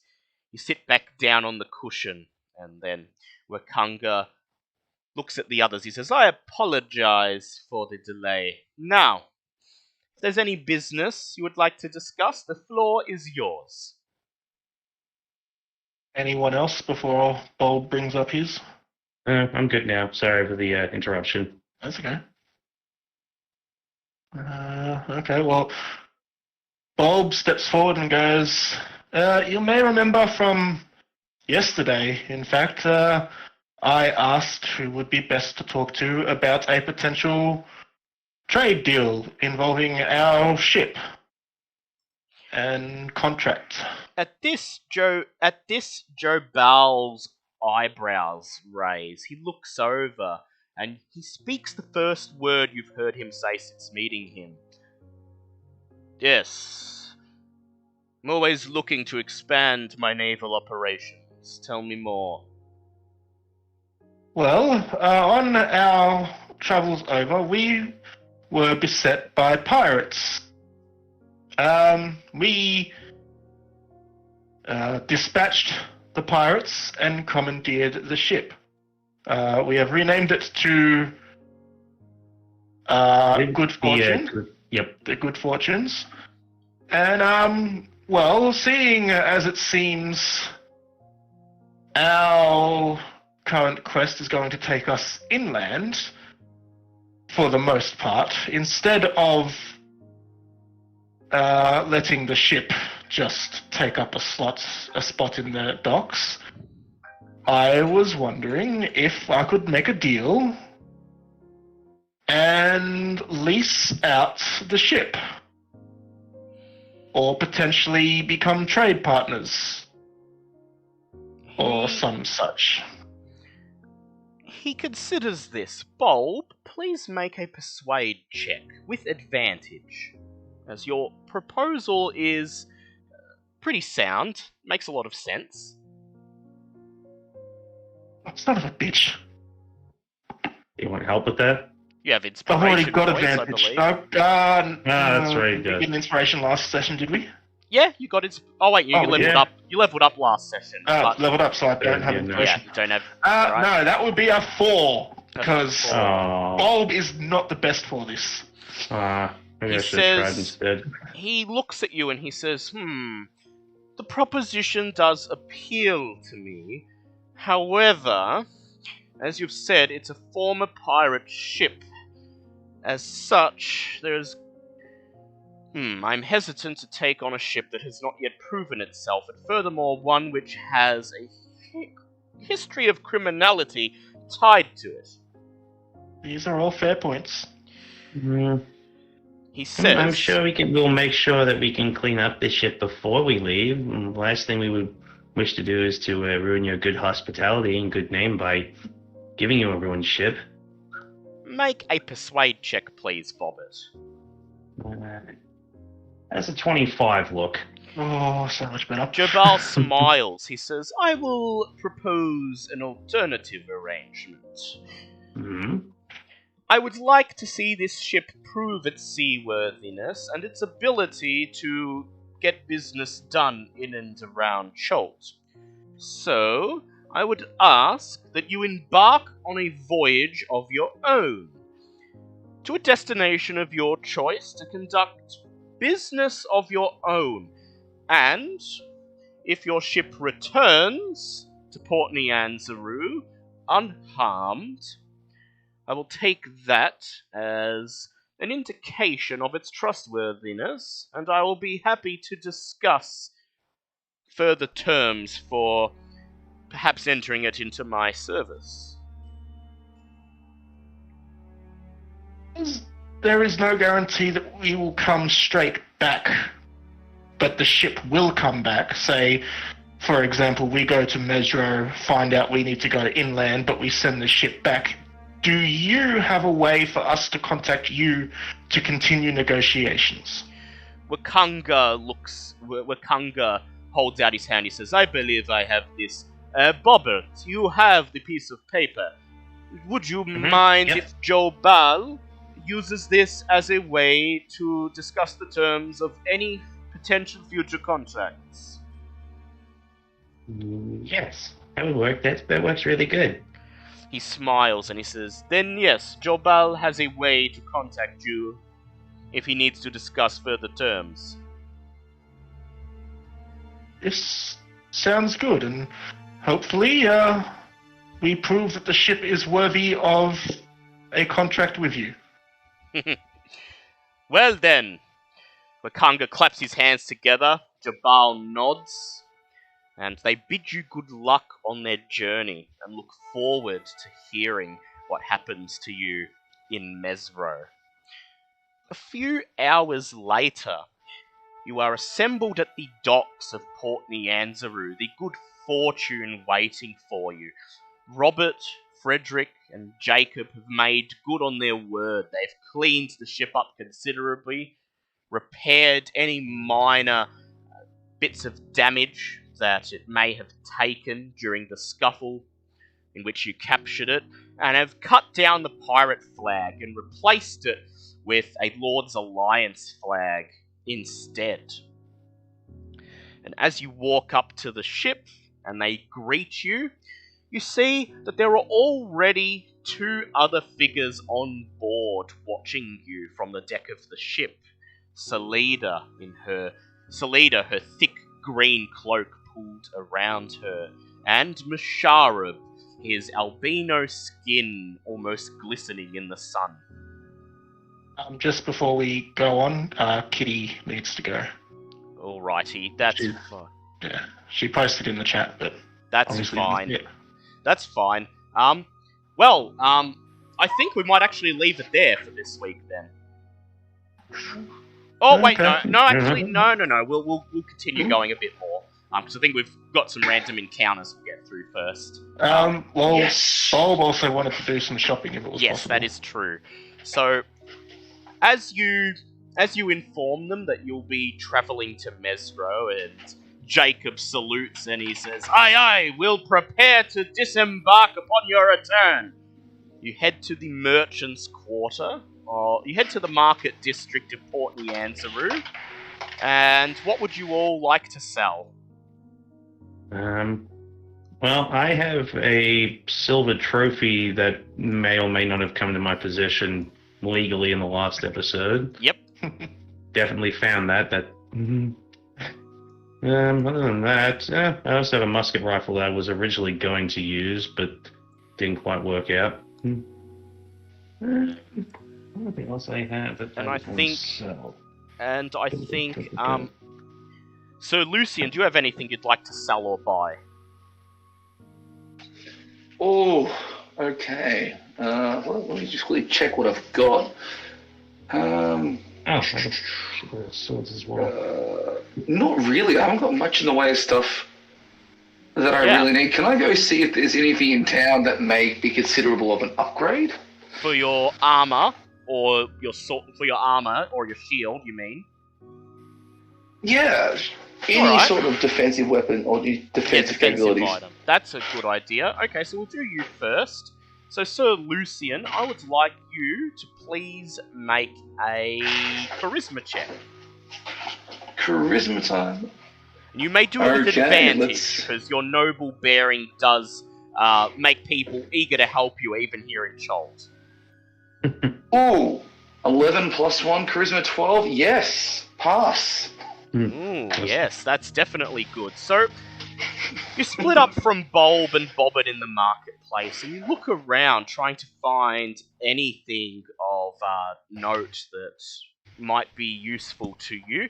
What armor does it say on your sheet that you currently have?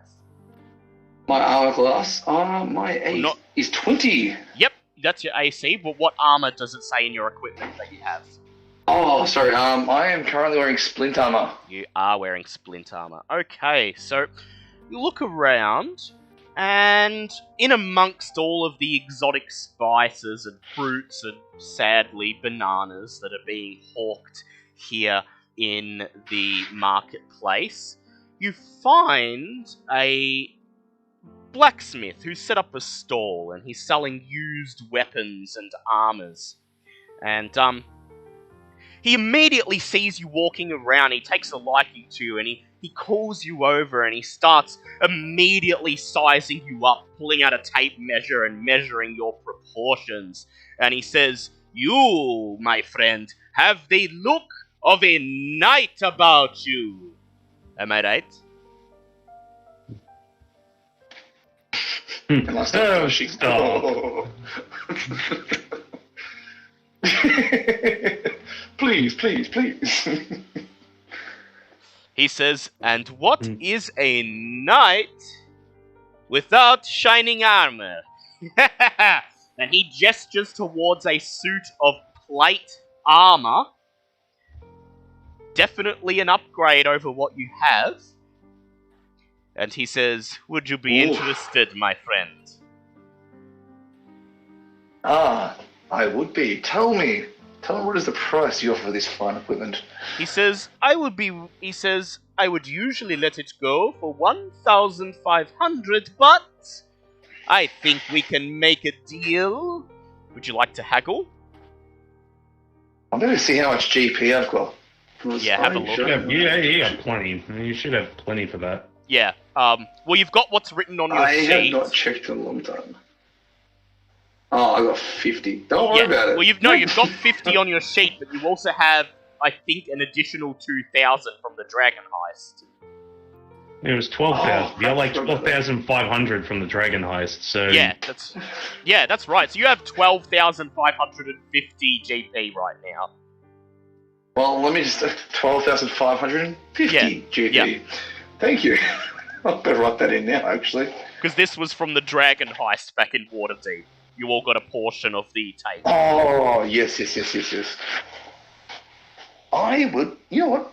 I'll try to haggle him down just a little bit. If it's a considerable discount, Yep. then Please make a you may either make a persuade or an intimidate check, depending on how you want to do it. oh, you know what? Both are doing exactly the same thing. I'm going to go for a persuasion check. Alright, go ahead. Try and be nice to him. Schmooze him with your noble charm. Oh, failed. Don't worry about it. That was terrible. What did you get altogether? 6. Yeah. Oof. He simply looks at you, he says, Sir, it is not befitting one of your station to be such a cheapskate. I start gushing, go, stop it, and I just hand the money You to hand him. him the money. Fine. And you put on the plate armor, and your AC increases by 1. Oh. So I believe it's now So this 21. is not split armor. What armor is this called? This is plate armor. Plate armor. Can't wait till I show the boys back. And this brings your AC up to 21. So, yeah, it's definitely Yeah. going to help you. Thank you very much. Alright, Bowl. Can I sell off my remaining armor? Oh, yes, you can. Would you like to try to sell it to the same man? Yeah. I don't think the charisma check's going to work in this. I don't think the persuasion's going to work because I've already failed the first one. He will offer a straight price of 100 GP for it, unless you would like to try a charisma check with disadvantage to try to talk it up. You know what? Let's just try for shits and giggles. Roll. That is a straight up 3. Don't even worry about it. Yep. He says, as nice as it would be to have the armor of a fantastic and honorable knight such as yourself at my stand, it does look a little battle-worn, so I'm afraid I can only offer 100. Oh, you have offered me a fantastic deal. Here, Petrol, take it.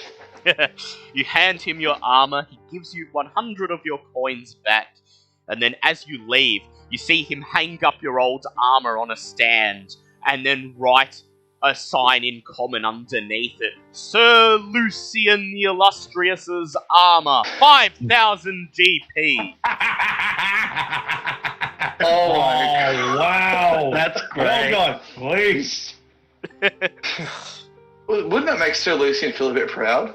Yeah, he's just kind of annoyed that he didn't get that much money for it. But Yeah, he would have been proud, like his Probably ego would have looks been like, player. oh wow, look at that, and then about half a second later, it's like, hang on. That bastard. But he's got plate armor. Can't wait Yeah. to show the boys walking back into town. ooh, yes. He's doing the Heading the back to Bee Gees thing. You can tell by the way he holds my head. Yeah, He's flicking back his to- fingers out to everyone. Back to the harbour, he's just walking. You can tell by the way I'm my walk. And then just Jacob and Frederick and Robert just look at you from the ship and give you a salute. And Jacob shouts, "Looking good, sir!" Bulb, what were you planning to do in the market? Hey, I was wondering if I could go up to Bobbit first and ask Bobbit, do you have any plans for that rifle?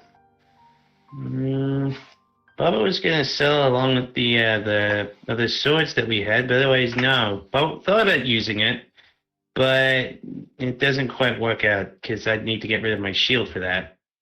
Do I'll you give want it? I would gladly take it if you would be happy giving it to me. Okay. Thank you. I was gonna say, yeah, as she hands up going, if you want Bubba to upgrade it like she did her gun, you're more than welcome.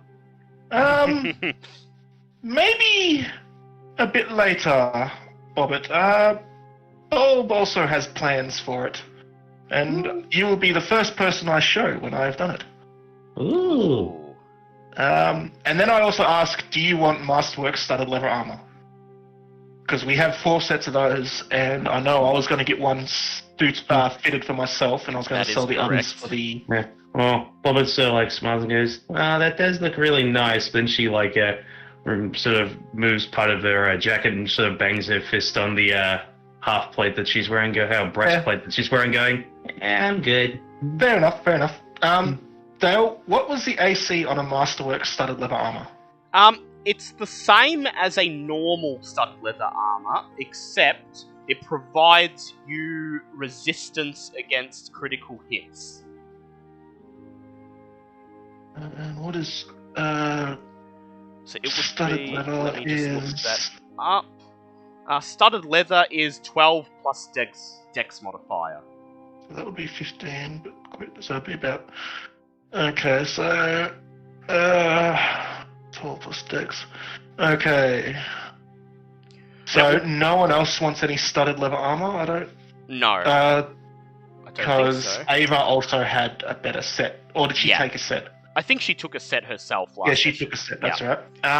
Okay, well, first off, I would like to try and find a leather worker Yep. who specializes in armor.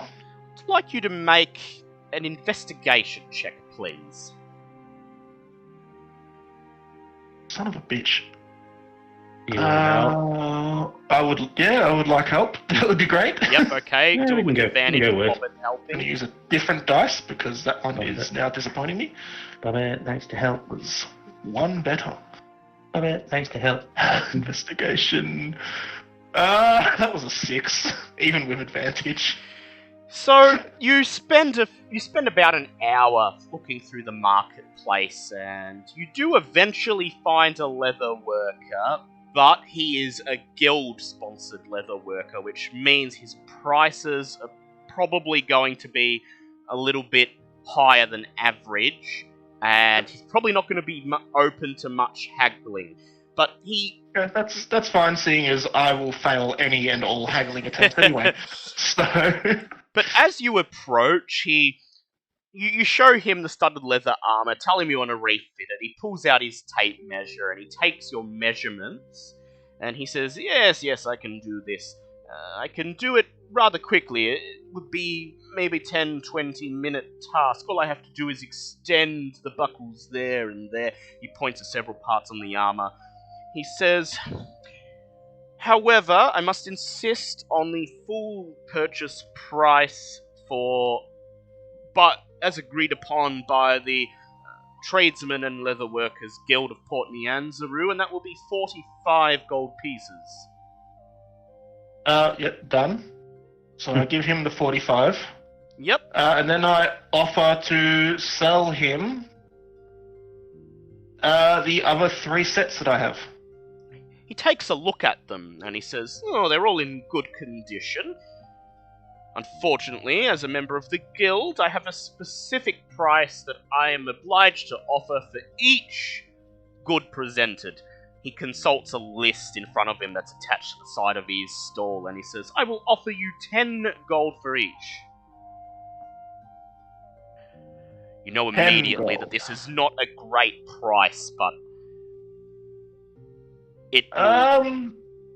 What? And I know he's not open to haggling, but I have one thing that I can say. What about for the winner of the dinosaur race? Surely that would allow you a little wiggle room as selling something that belonged to one of the winners. Please make a charisma check with advantage. Ooh. That's a bit better. That is a 15. 15. Okay, that will be enough. He looks at you, he says, well, they wouldn't begrudge me the chance to offer a boon to a famous racer such as yourself. 15 gold pieces each. That leaves me net profits at 0, so that's fine by me. Yep, that's So fine. 45 divided by how many people in the party? Ava Uh, and 1, Smithy, yeah. and 2. It's And 5? It's 5, so that's 9 gold each. Everybody gets 9 gold because that was shared loot. that's It's fair not enough. much, but you know, fuck it. Hey, better than nothing. That means I actually lose 36 gold. Yep. And Yep, with that, yep. Yep. Anything else? After I get my armor back from him, I would like to go to the mount stalls, like wherever they sell mounts. Yes. Look around and Preferably giant lizards. yes.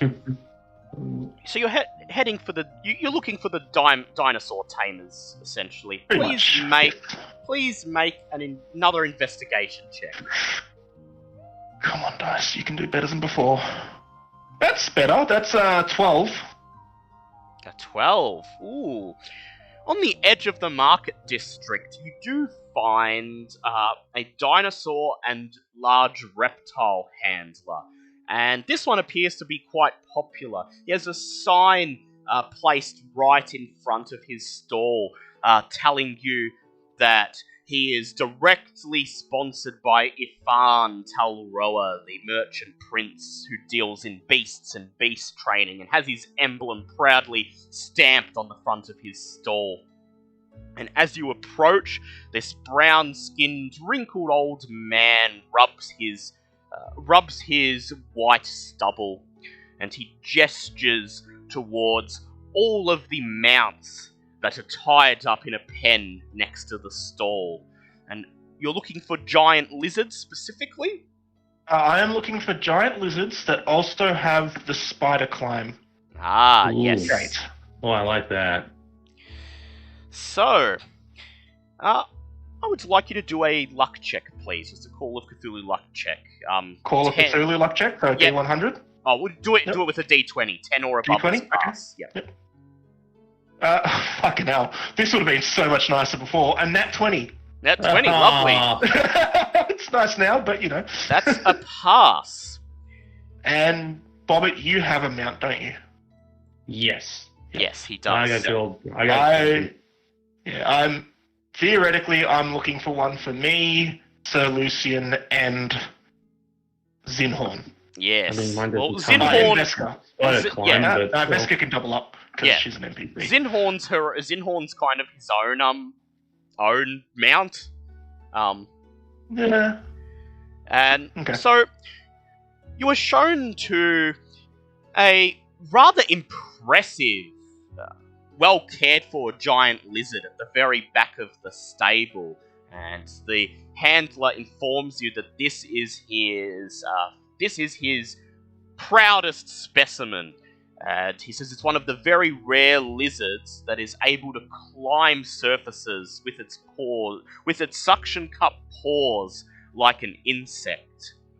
And Ava already has a mount, and he says that he would be happy to offer its services to you for 500 GP. I'm not even going to try and haggle. I agree. Yep. So that's negative 500. Yeah. And, Do I need to buy any, like, celery or anything? Or? no. Well, you can if you want. It's just, it doesn't come with any... It comes with, like, basic saddlery, but if you want to buy armor for it or something, that has to be bought separately. What armor would a giant lizard be able to wear? Any barding that a warhorse could wear. I need to look that up. So look up the warhorse stat block, Yep, looking it up now. and look at the buddy. warhorse armor, and it will tell you. It's not gonna fucking show me. No, it's not gonna show me there. Okay, well, your giant lizard has...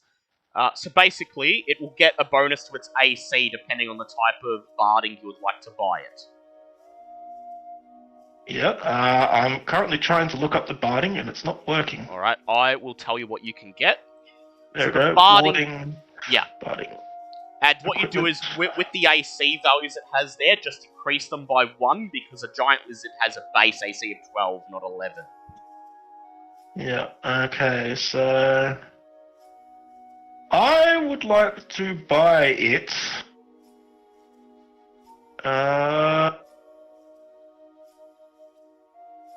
What's its dex? Is only +1.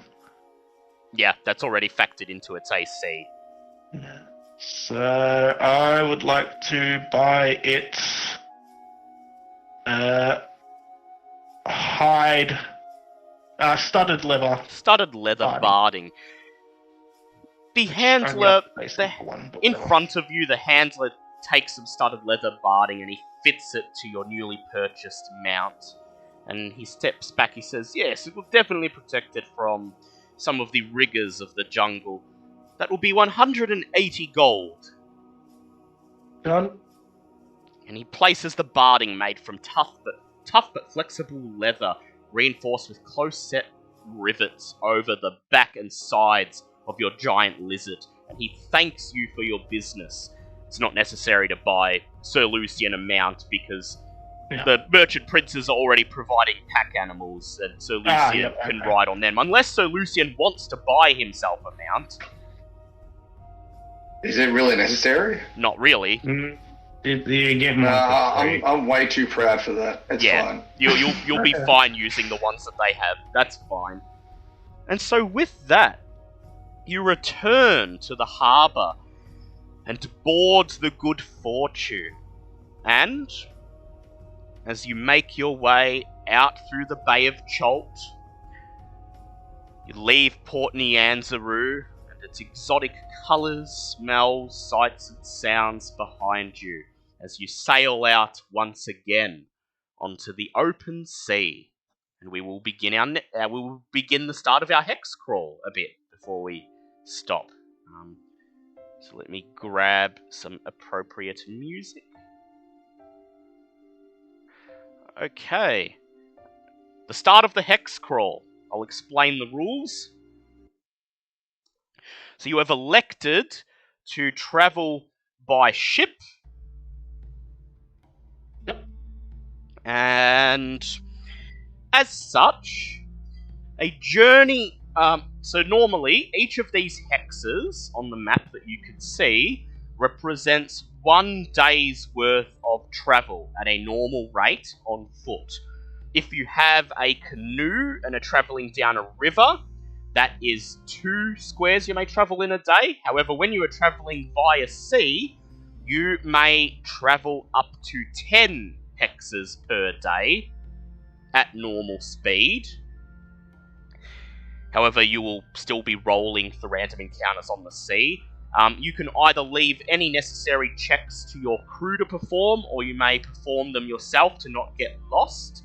At the end of each day's travel, a check will be done to determine whether you got where you needed to go, or you got lost and ended up in an adjacent hex, and then we'll roll for random encounters. While you are travelling on the hex crawl and are not in a defined location, you'll only be able to get the benefits of a short rest. This is because of the rigours of travel. And even via ship, even though it's a little bit more luxurious than just camping rough in the jungle, most of you are still not accustomed to sea travel, and as such, while you are travelling, you can only get short rests. You'll need to wait till you arrive at a destination to be able to get a nice proper sleep. Will I be able to do a ritual? Yes, you'll have time to do rituals. You will negate, however, if you choose to do a ritual, you will not rest for that day. Yep, that's fine. And so, I believe your destination is Mezro. I see no reason why it isn't. Yep. Yeah, Mezro seems to be the first port of call. Mezro's the way to go. So who's the captain? Who's going to shout anchors away? I believe that's Boldstick. Yep. I fly up to the crow's nest, now labelled the owl's nest, and call out, "Anchors away, to adventure we go!" Your crew members, Jacob, Robert, and Frederick, scurry about, unfurling the sails, raising the anchor, and sending you out into the open sea. Your first day of travel, we move 1, 2, 3, 4, 5, 6, 7, 8, 9, 10. You sail out of the Bay of Chult, and you appear to be lucky this day, for as you are sailing out of the Bay of Chult, you notice Aramag the Turtle Dragon. However, he is busy shaking down a merchant ship that is entering the bay and pays you no mind as you sail past. Yay! Okay. Who would like to be the navigator? What does the navigator entail? I'm guessing that requires good perception. The navigator's going to be doing a survival check. Yeah, either way, I'm not good at that. Bob would actually like to spend the first couple of days doing rituals to his staff. Yep. So I won't be helping with any of the checks. Yep. That reminds me, I should probably do the same thing because I have the bot for Mr. Stick as well, but I don't know, do we just delegate that one to... Ava has survival, doesn't she? Yeah, I think Ava has survival. Yeah, Ava has survival, yeah. Okay, I will roll for Mm. Ava. Ava succeeds on her survival check, and at the end of the first day of travel, you are not lost. Someone please roll a d20. Who wants to roll d20? 14. There you go. Yep. 14. 14. No encounter this day. Okay. So we move So on. if we don't have an encounter, does that mean I successfully incorporate something into my stuff? Yes, because there's no need to rest. So Yes. I wanted to incorporate the rifle into my stuff. lovely. I would ask you to please make an Arcana check, DC 17. Do you want a hand with that? I would love a hand, as I did say that you were going to be the first person to see this. Yes. Yeah. Good So- question. What would I need to do to incorporate that What's magic happening? bark? That Yeah, would be just an No, arc. one for the fourth one. That will be Just- that will be a Tinker Tools check for you to incorporate the bark. fair enough. I got a Arcana? 16. 16. DC I was was- Oh, 17. nice. Yeah, DC Ah. 17. Unfortunately, you toil the first day on the sea, and unfortunately, you're not quite able to perform the ritual under the duress of the bobbing waves, and don't manage to incorporate it this day. Just do that Tinker's Tools Well- check. I'll try it again another day. Yep, Bobbit, a DC. Oh, well, there's my nat 20 for the There's day. your nat 20. Meanwhile, Bobbit, Mhm. sequestered in her special room below deck, manages to incorporate the imbued bark into Mr. Stick, granting her +1 +1 to any spells that deal force damage. That's gonna be good once I start using Eldritch Blast again. We move on to day 2 of the travel. Just before we move on to day Yep. 2, Yep. quick question. Yep. With each day passing, am I suffering any more due to the death curse? No, it's only going to progress due to the storyline. Basically, the only thing you've got at the moment Okay. is your max HP being cut by 5. My dad's stomach bug. Yeah. So it's in its initial stages right now. It'll get worse as time goes on, but at the moment you don't have to really worry. Okay. And so, will you be eating the rations stored on the ship today, or will you be fishing?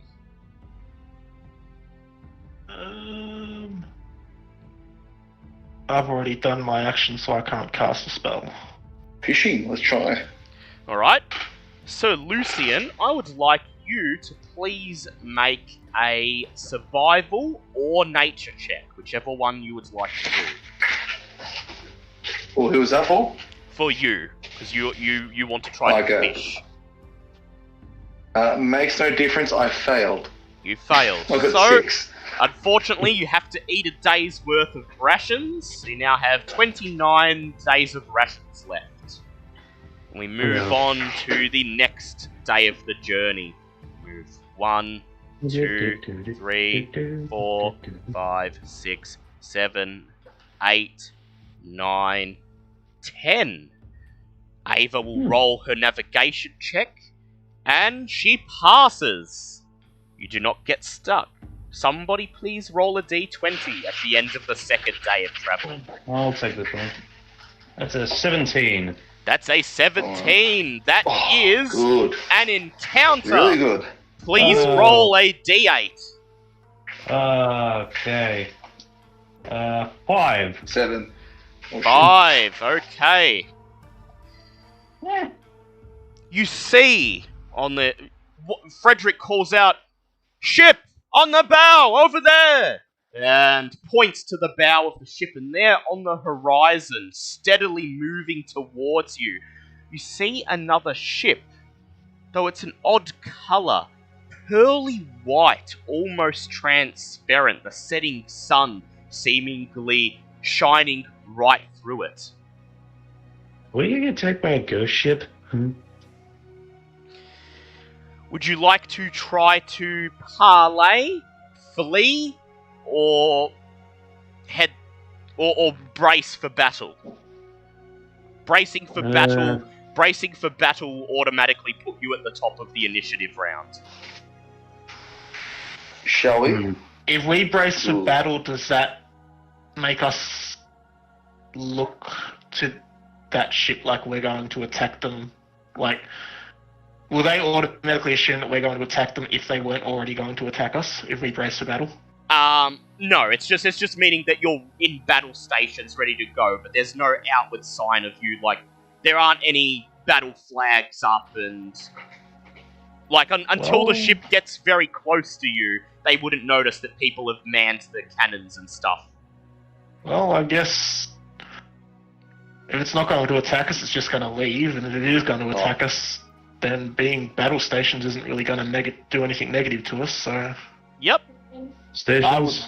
I would call out battle stations. Alright, battle stations, everyone! Your crew scurries across the deck, each of them manning a cannon. One of them climbing up into the owl's nest to watch the ship as it approaches. And roll for initiative, please. Fair enough. Alrighty. A 21. I like these new dice. They're working for me. 21. I got a 10. 22, 10 for Remy. I will be right back. Yep. Initiative. I got. Oh, where the hell is my? You know what? I got 12. 12. Ooh, you're going before. Better than 10 this time. Yeah, it is. It's 11. Congratulations. Okay. The enemies get to go at the last. I'll switch over to the map. Please do. Ship encounter ghosts. And would you like your guides to participate in this battle?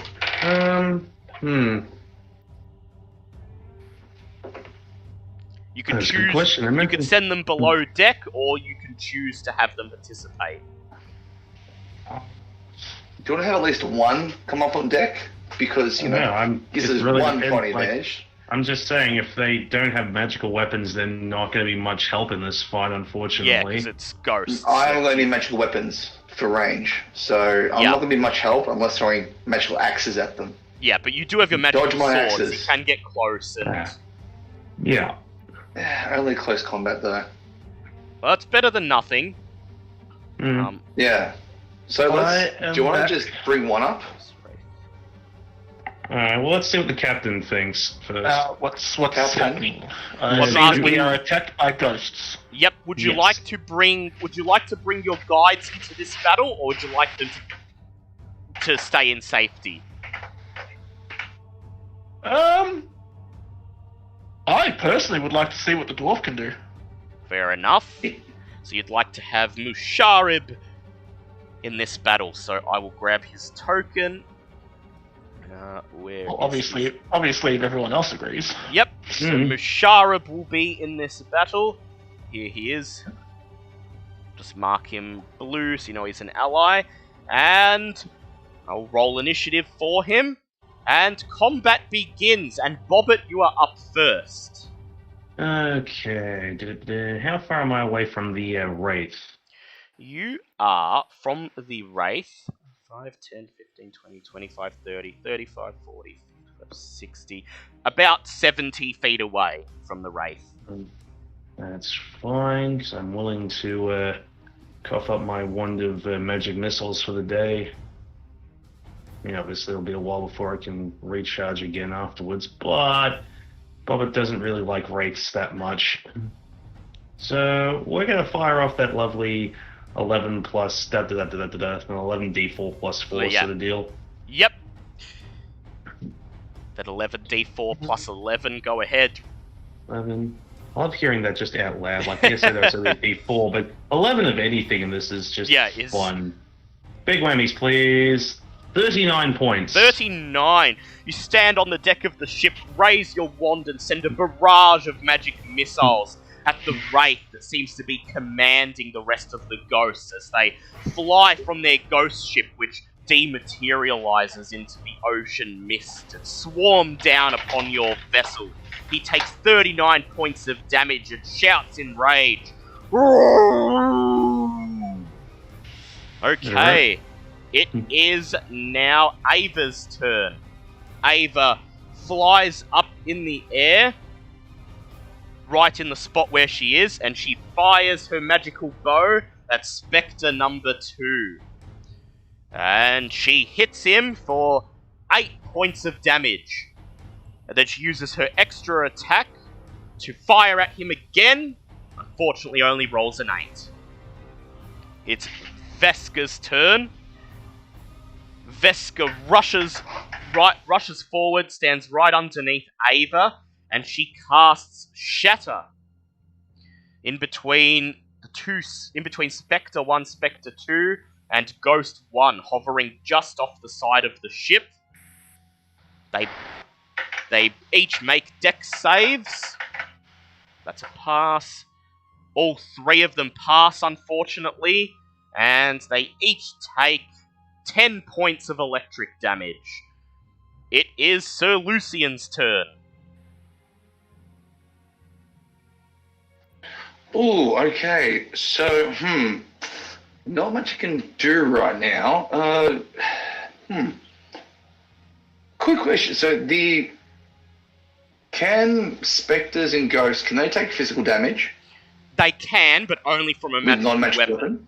Not with a non-magical weapon. Okay. They will be resistant to it, but they will still take damage. Oh, okay. So it's just charge blade only. Okay. So the boss monster there is pretty much the Wraith, isn't it? He is. Yep. I've done a little bit of damage to him already. Can I use a maneuver? Yes, you can. I'd like to use goading attack at the Wraith. Is it possible for you to do it from this far? No, it's not. You will have to get no, close. come catch me. And you can only move up into the middle of the ship, unfortunately. You can't actually run far enough to get to him. Oh, okay. If you would like to try and throw a hand axe, you can, because if it hits him, he will still take damage. He'll just take half. And remember, you do get 2 attacks at this level, so you can throw 2 hand axes and maybe still... Dual-wielding hand axes. And you can actually use a goading attack with that. That would be hilariously awesome. Yes, can I do that, please? Alright, so please roll to hit D6 the or Wraith. D8? Well, first you have to roll to hit the Wraith with your hand axe. Alright, let's do this. To hit or not to hit? Alright. Ooh, 19. 19, you rush forwards and hurl a hand axe at the Wraith and hit him square in his translucent armor. Roll your damage, and then we'll do the goading attack.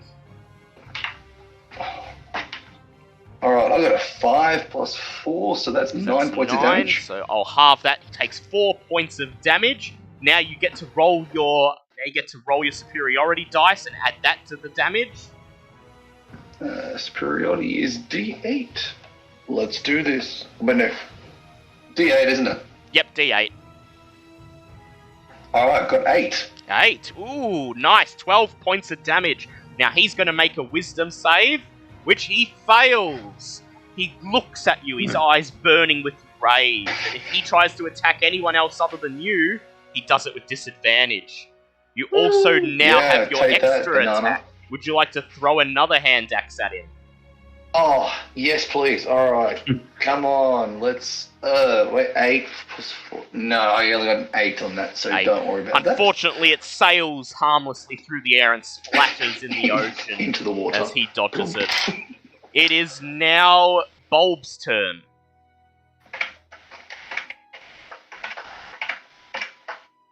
Remy. Ooh. Oh, yeah. Me back. What would I like to do? Shit. Not really much I can fucking do at the moment.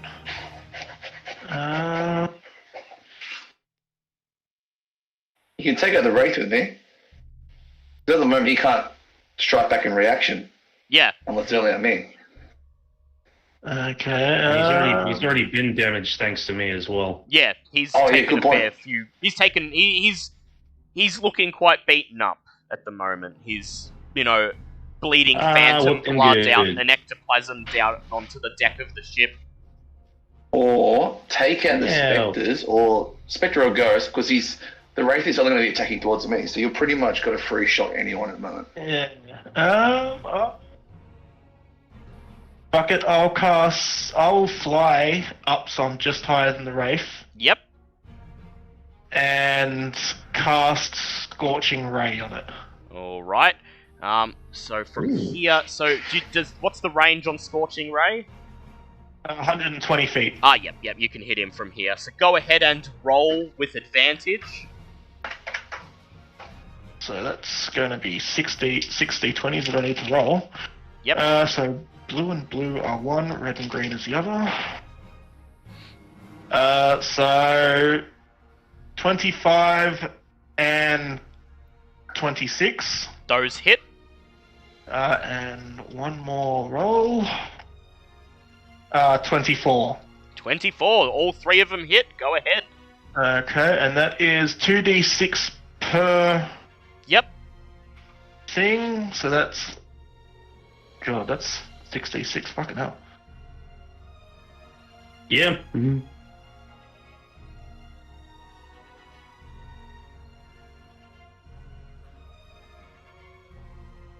20 damage. 20 damage.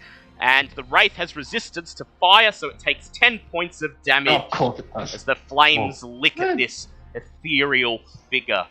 It is now Musharib's turn. He rushes forwards, drawing his axe and shouting, "Ah!" And he casts Hunter's Mark on Ghost number 1. Hey. So he's not a barbarian then. Not quite. And then using his main action, he hurls a hand axe at Ghost number 1. He rolls a 19 to hit it. He deals, sadly, only 1 point of damage, but his Hunter's Mark allows him to deal an extra 1d6. He deals 4 points of damage to Ghost number 1, hurling a hand axe at it and shouting in rage, "Ah!" Alright then. It is now the enemy's turn. Let me see what... Okay. So first, the two ghosts swoop forward onto the deck. And then both of them use Horrifying Visage. And I would like all of you to please make DC 13 Wisdom saves. Oh, bugger, that's a 1. I suck at ghosts. Alright, what do you want us to do, sorry? DC 13 Wisdom saves, please. Oh, Alright. oh, damn it, I got a 12. At least you got close to getting it. It's the second time I've got 12, one less than what I okay. need. How did Sir Lucius fail. go? Fail. I got 15. 15, no, you passed. You passed. You're fine, Sir Lucius. passed. No, no, You're 15 fine. total after my modifier. Yeah, You're that's still fine. You're It was still 13. fine. Ava failed. Veska failed. Musharib passed. So everyone except Musharib and Sir Lucian is now frightened of these two ghosts. And Bobbert, suddenly, as the ghost's gaze lingers on you and you feel the fear welling up, I would like you to roll 1d4, please. Oh, not again. That's a 1. A 1. Your clothes begin to burst and pop as your body suddenly grows and expands, and you age 10 years in an instant. Your 12-year-old body replaced with the form of a 22-year-old fully grown woman.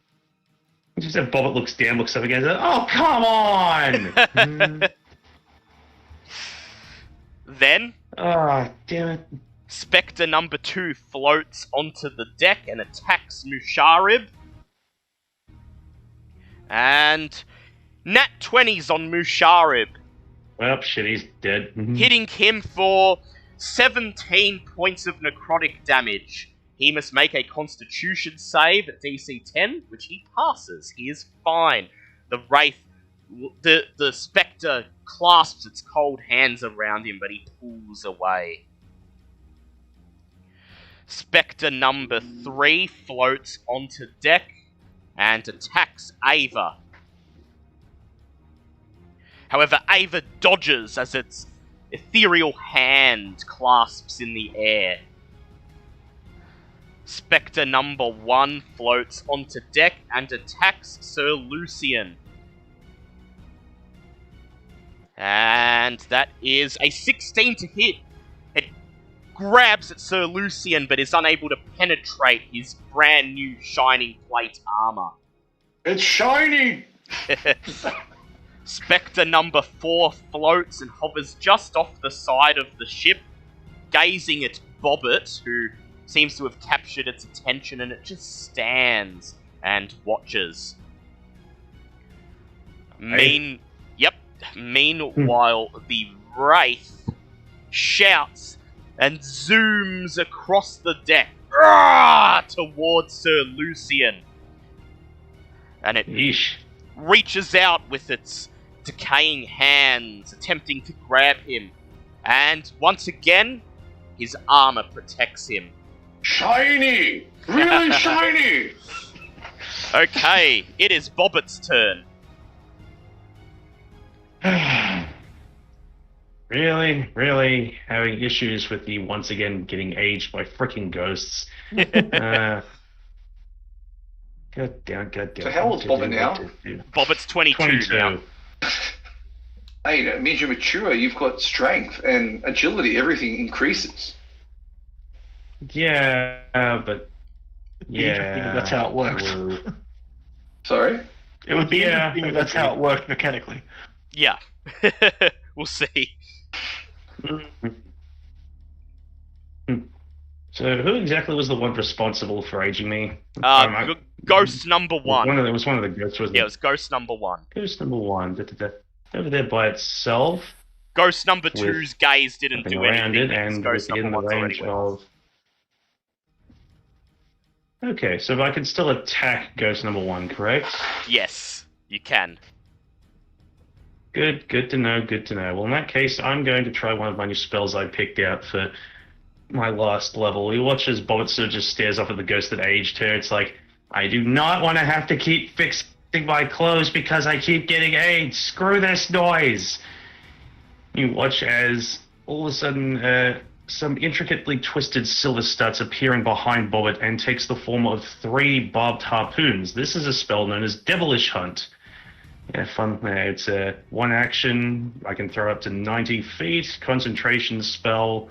And it's, you conjure 3 barbed harpoons of intricately twisted silver. They float in the air above your head for the spell's duration and fade when it ends. When you cast the spell, and as an action on each of your subsequent turns, you can make a ranged spell attack to hurl a harpoon at a target within 30 feet of you. If you miss, the harpoon fades. If you hit, the harpoon takes 2d6 piercing damage and must make a dexterity saving throw. If they fail, the harpoon lodges in their flesh. Ooh. There's another part here, but I will leave that until we get a hit on first. On Ghost number 1.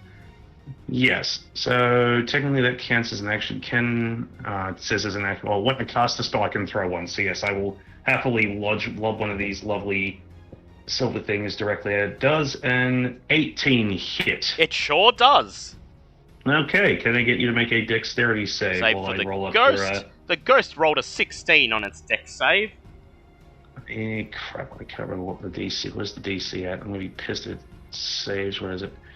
I was gonna say 16. I was gonna say your 6th level. It should be roughly around 16. Yeah, no, mine's 15, so no. So it's still gonna take 2d6, which isn't bad, but considering what I was hoping for. And it's gonna be 6 points of piercing damage. Yep, that's fine. It takes 6 points of piercing damage. It is now Ava's turn. Ava rushes forwards towards Spectre number 2 and swings with her sword. And she nat 1s on the first one. But then she goes with her offhand sword and hits Spectre number 2, dealing 6 points of damage to it. She then uses her extra attack, goes in and swings with her main hand sword and nat 20s. That's better. And deals 12 points of shot. damage to Spectre 2. It screams as it fades out of existence. Yay! It is Veska's turn. She fires a ray of frost at ghost number 1. She hits, deals 7 points of damage to ghost number 1, and its walking speed is halved, which won't really do anything because it flies. He just casually walks over. Bummer. I float, bitch. Actually, she gets extra on her Ray of Frost. That will be altogether 12 points of damage on her Ray of Frost. And it is now Sir Lucian's turn. Oh, okay. Quick question. Out of the two of the most strongest characters beside me are the Ghost or the Spectre. The Who is Wraith- the strongest? The Wraith would be the strongest of the three, but the Ghost would be stronger than a Spectre. Oh, alright. It's because it's what I'm currently engaged in at the moment. Yeah. Who am I engaged in? Oh, wait. I've got everyone in front of me. Alright. Can I... I'll have to use my Charge Blade on the Wraith, won't I? Yep, you could use it on the Wraith. Go ahead. Let's do this. And I got a 12 plus... Is that a hit? 12 plus strength of 4. I don't think that's a hit. I got a 12. That is, let me check. Unfortunately, no. The Wraith has an AC of 13. However, you do have your extra attack. Would you like to try again? Yes, I shall. Go ahead. Wraith, you need to die. Swing with your charge blade. Sorry, that was a cocked dice, and that is a 13. That's a hit. That's a hit. Roll your damage, and are you spending a charge to deal extra damage? Oh, hell yes. So go Hell ahead. to the yes. So roll 1d8 plus 1d6 to deal your damage. Alright, I got a 7 plus 4, 11 points. Ooh, nice. Your blade glows with divine energy as it swings through the air and slashes the Wraith, who screams out in pain and rage. It is now Bulb's turn. Okay, so the Wraith is dead, did you say? No, Wraith's not dead. It's just sorry. taken a hit. Okay. One of the Spectres is dead, though. Yep. Well, I am going to raise my hands in the air and wave them just so this, don't care. And cause a storm cloud to appear above us. Ooh. Oh. And I'm going to try and hit Ghost 1 and Spectre 1. Go ahead, go hitting ahead. it right here. Yep. Watch a bird call lightning. They must make a DC 15 dexterity save? Let's see. Dexterity saving throw. Ghost rolled 15, and the That's- Spectre rolled 14. Okay, so the Spectre failed, the Ghost Half. succeeded. Yeah, the Ghost takes half damage. Yep. Find my D10s, because I very rarely use them. I forget what they look like. Understandable. Okay, so... this is assuming they don't have resistance. I'm just going to read it out. 13 full damage. 13 full damage. Okay, so the Wraith takes 6 because the Spectre does take 6 because it does have resistance to lightning and thunder damage.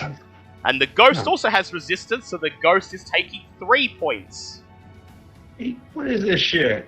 Bob once again raises his hand, goes, well, I'm fucking useless. Unfortunate. Well, you know now. Yeah, now I know. I'm actually going to write that down, so Yeah. I know it's half the battle. It's Misharib's Unfortunately, turn. the other half of the battle is actually beating them. Misharib rushes forwards to Spectre number 1 and he uses a reckless attack to roll with advantage, going "Rah!" as he swings his great axe through the air. And he nat 20s. Hitting Angry Spectre boy. 1 for 24 points of damage, shattering it into a puff of smoke. Nice.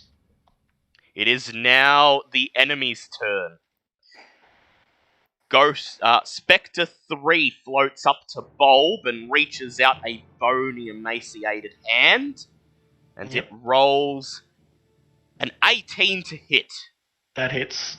My new AC with my armor is 16. Yep, Bulb, Aw. you take 9 points of necrotic damage. Please make a Constitution save.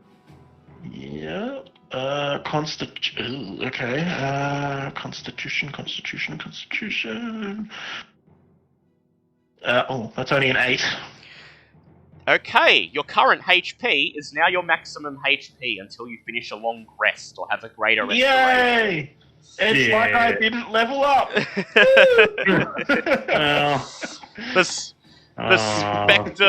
The spectre clasps its hands around your neck, and when you pull its hand away, there's just a black mark burnt into your flesh from where its hand was. Yeesh. Spectre number 4 floats up to Bobbit and throws out another bony hand, and that is a 23 to hit. Oh, come on. Yep, okay. Bobbit, you take 10 points of necrotic damage. Please make a con save. Nat 20. Nat 20, you're fine. You rip its hand off I would your have laughed body if you'd and done push that, it because away. it's funny, if you'd done that, I would have said the exact same thing, because that was my old HP. Yep. Ghost number 1 floats towards Ava and attempts to use possession on her. Oh, God. Ava makes a charisma save and she fails. The ghost shit. takes possession of Ava, who immediately aims her bow towards Bulb and fires, but only rolls 14. She then uses Great. She then uses her extra attack to slash at Veska with her main sword. She nat 20s and hits Veska for 16 points of damage. She then declares Veska her favored foe as a bonus action. She's gonna hate you when she finds out about this. Ghost number 2 attempts to possess Sir Lucian. Sir Lucian, make a charisma save, please. Oh no. Let's see if I'm so high on my own energy that I can just ignore it. It's like, my ego protects me. Yeah. Do you have a title for this? I got an 18. 18, you pass! Ego works. Yeah, it just touches you, look and go, no. Okay, fair enough. The Takes ghost, his finger off him. you feel the Wow, ghost ego trying is- to, you feel the ghost trying to force its way into your mind, and you just stamp on the deck of the ship and go, "Nobody inhabits Sir Lucian's brain." Can I do something in reaction? Yeah, sure, I'll allow Is it. it What would you how- like to do? I would like to charge blade them into the next eternity. Go ahead. Roll to Can you hit do it with that? disadvantage. I'm just gonna let him do this as a flavor thing. This is gonna be fucking Yeah. awesome. Alright. If you hit him. Oh my fucking god! Oh my god! What? Nat, What? Yes. Nat 1? Nat 20. fucking 20. Yeah, did you roll Yeah, twice? but you then? still have to Great roll master. You still have to roll the second one because it's with disadvantage. Oh. So unfortunately, Yeah. you don't get okay, it. please God. Nothing hurts more than rolling a nat 20 on disadvantage. Yep, Oh, okay. Let's just say that it felt really good. it did, Yeah. but it's not going to do anything, unfortunately. You know what? I got a 10 and That- then 4. Is that a pass? Yeah, that's a hit. You hit it. Go ahead, There you roll go. your damage. There you go. Parry into the next dimension. You did. Oh, this bitch needs to die. Nobody inflates my own head, takes over my ego except me. Damn The it. only yes. I got a 6 plus the 4. Oh yeah, Yes, and I need to roll a 10. d6, don't Yep. I? If you're gonna spend a charge, yes. Oh hell yes. And that's plus a 3. Ooh, 13 points of damage 13 altogether. Not points. bad. Nobody lives in Sir Lucian's head other than Sir Lucian's ego. Oh, God. It is the Wraith's turn.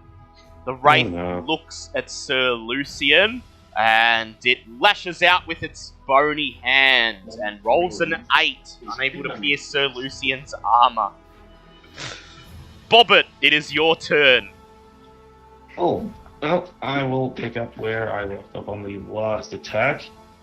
Ghost 1 is... Wait. Ghost 1's possessed Ava, Yeah, hasn't you it? have to attack Ava.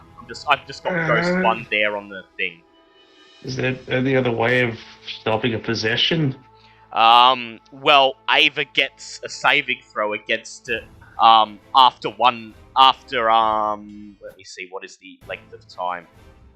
She gets another saving throw in 1 minute, otherwise the possession lasts until the body drops to 0 points. Wait, so she doesn't get like a shot on her turn to... Nope. Well, Well, you can that use sucks. you can use a spell like Dispel Evil and Good or something. Yeah, I don't have that. I'm pretty sure I had that as an option, I just didn't take it. Yes, you have to go. Alright. You have to attack Ava, and when attacking Ava causes the ghost to make a concentration check. Yeah, I don't think my spell's going to be good for that, though. Because I have to keep using Devilish Hunt until I finish off the other Yeah, two till you. Yes. turns. So that's probably not going to be good for her. However, Spectre 4 is directly in front of me. Yep. So you can use it on him. Yeah. So that is a... So it's 21 to hit, which I assume it does. It does hit. Spectres only have an AC of 11. And it's going to be 5 piercing off the bat, so Nice. another dex save if you could. The Please Spectre bother this makes one a up. dex save, and it rolls a 9. Fantastic. So now I can read another part of the... So because you're currently impaled... Where are we writing up? Yep. No, that's the wrong spell. Moving down, further down. Here we go. Yep. Lodges in the flesh. When a creature has been skewered by a harpoon, its speed is halved, and you can use a bonus action to cause an invisible chain to pull taut, hauling the creature 10 feet towards you for each harpoon lodged in it. The creature can take an action to pull any number of harpoons out, but it will take damage if it does that. Ooh. The Spectre is going to attempt to pull them out. How many is it impaled with at the moment? Just the one. It rips that one harpoon out of its pearly Fantastic. flesh and smiles at you. I'm guessing necrotic damage is going to be a thing, or is something that's resistant to. They're actually... they are resistant to it, yes. So... I'm still going to roll the 3d6 anyway, just to be safe. Okay, so it's going to take... I rolled a 12, so that's going to be 6 points of necrotic damage, so I believe Yep. it's supposed to be on its turn, but we'll work with that for now. However, whenever Yeah. it passes through a solid object, it has to take 1d10 force damage. Oh, And so Good. it takes 8 force damage from ripping the harpoon out of its body. oh, hey, I'll take that. Yeah, so it's just that moment where it goes to rip it out, smiles at Bob, and Bob just smiles back as all of a sudden it takes this massive amount of damage on it. Like, yeah, you should leave those alone. It is Ava's turn. She rushes right up to Bulb, and she swings at him with her main hand weapon, rolls Oh. a 15. Whew. She then uses her offhand weapon and rolls a 17, striking Bulb Oh. with it for 6 points of damage. 6 points. Yep. She then uses her extra attack to fire her bow at Veska, who is her favoured foe. Stop it. God damn, she's going to do more damage to us than the actual bloody ghosts. And she rolls a 12, which is just enough for Veska to duck as the arrow flies over her head. But it just needs to punch her in the head to get her to let the ghost out, because I don't want to do anything else to her. It is now Veska's turn, and she casts Blur on herself, rushes up to Ava, and swings with her short sword, and nat 20s, Oh god. hitting Ava for 11 points of damage, and causing Ghost number 1 to make a concentration check, which he fails, being expelled Thank from God. Ava's body and floating there on the deck just above Veska and Ava. It is Sir Lucian's turn.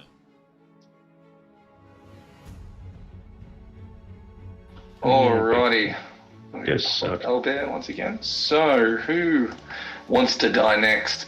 Okay, at the moment, I think this Wraith really needs to go down, doesn't he? He does.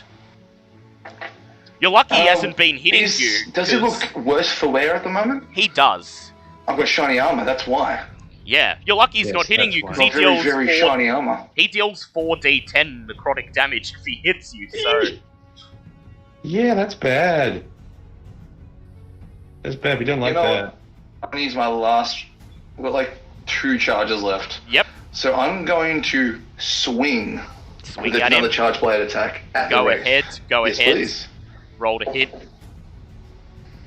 Oh, that's a 17. 17. That's a hit. Roll for damage. 1d8 plus 1d6. Oh, beautiful. And that will spend the last charge for the day.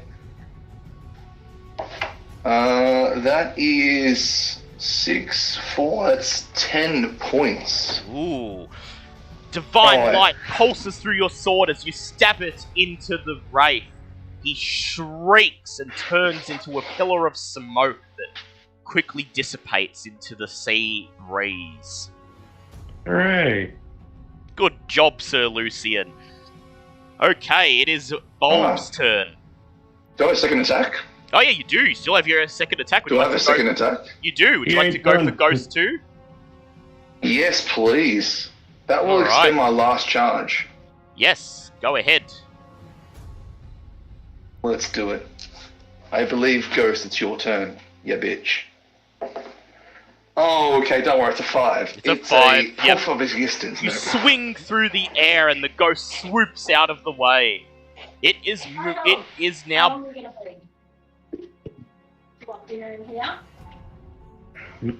it is Bulb's turn. Alright. I wasn't aware people heard that. Yeah, well we did, but we're Sorry. yeah. Fuck me dead.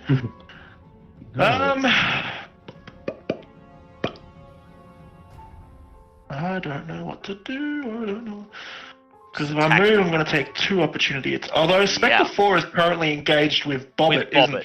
It is. So if Yeah. I ran away from it, I wouldn't get a... Yeah, just be Spectre 3, yeah. Okay, well, I'm going to take an attack of opportunity from Spectre 3, and I'm going to run over here. Yep. Spectre 3 reaches out at you as you run past and clasps the air. Okay. I am going to make my lightning strike hit here. Yep.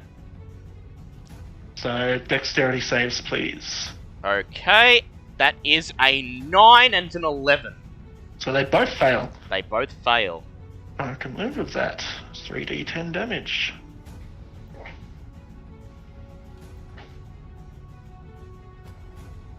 Lost all my d10s, there they are. It's not great, but it's the best I can do to hit both of them. 10 damage. 10 damage. Cut down to 5 each. No, still not bad. Still not bad. In fact, Spectre 4 dissipates as the lightning strikes him. Work. It is Masharib's turn. He shouts in rage, "Rah!" and he runs to Ghost number 2, making a reckless attack. Nat 20ing and hitting Jesus. Ghost number 2 for 21 points of damage. It is now the enemy's turn. Ghost number 1 floats down towards Bulb, drawing an attack of opportunity from both Veska and Ava. Veska misses, but Ava hits, dealing 6 points of damage. And then Bulb, it reaches out a bony hand Stop it. and rolls 15. You dodge out of the way as it reaches Oh. for you. Spectre 3 reaches out to grab Veska, and because of her blur, is unable to hit her as her image just wavers there on the deck of the ship. Ghost Yay. number 2 floats away from Sir Lucian and Musharib, getting an attack of opportunity from Sir Lucian. Hey, come back here. I'm not finished with you. That is a... Yes, I'm finished with you. It's a 5. It's a 5, yep. You swing at it, but you miss. It zooms across the deck towards Bobbit and reaches out a bony hand, and that's going to Yeah. be a 10 to hit. It's Nope. Bobbit, you block it with your shield. And now, Bulb and Bobbit, Kill it. I need you each both to make wisdom saves, because you're still frightened of these ghosts. Yeah. Leave me alone. I'm already older. That's 17. a unnatural 20. Yep, so you're no longer frightened. I'm no longer frightened as well because I got a. Was it 17? Yep, you're fine. You're both no longer frightened. Okay, Yeah. it is Bobbit's turn. Well, I will I be still right back. got Just one. getting food. Fair enough. I still have one more spear left, and I still have a ghost in front of me, so why not? Hoist away. That's 18 plus 7, 25, which I assume is going to work just fine. That's Yep, that's a hit. 7 points of piercing damage. Dex, please. Dex, please. The ghost rolls its dex save, and that is an 8. Yep, nope, that's good and lodged in there. Thank you very much. And because because it's going to start its next turn with a solid object lodged into it, it takes 8 points of force damage. Sweet. Okay, it is Ava's turn. She slashes 3 attacks at Spectre 3, and as she strikes it, it shrieks and disappears from existence. Nice. It is Veska's turn. She fires a ray of frost at ghost number 2. She hits and deals 10 points of cold damage to it. It is now Sir Lucian's turn.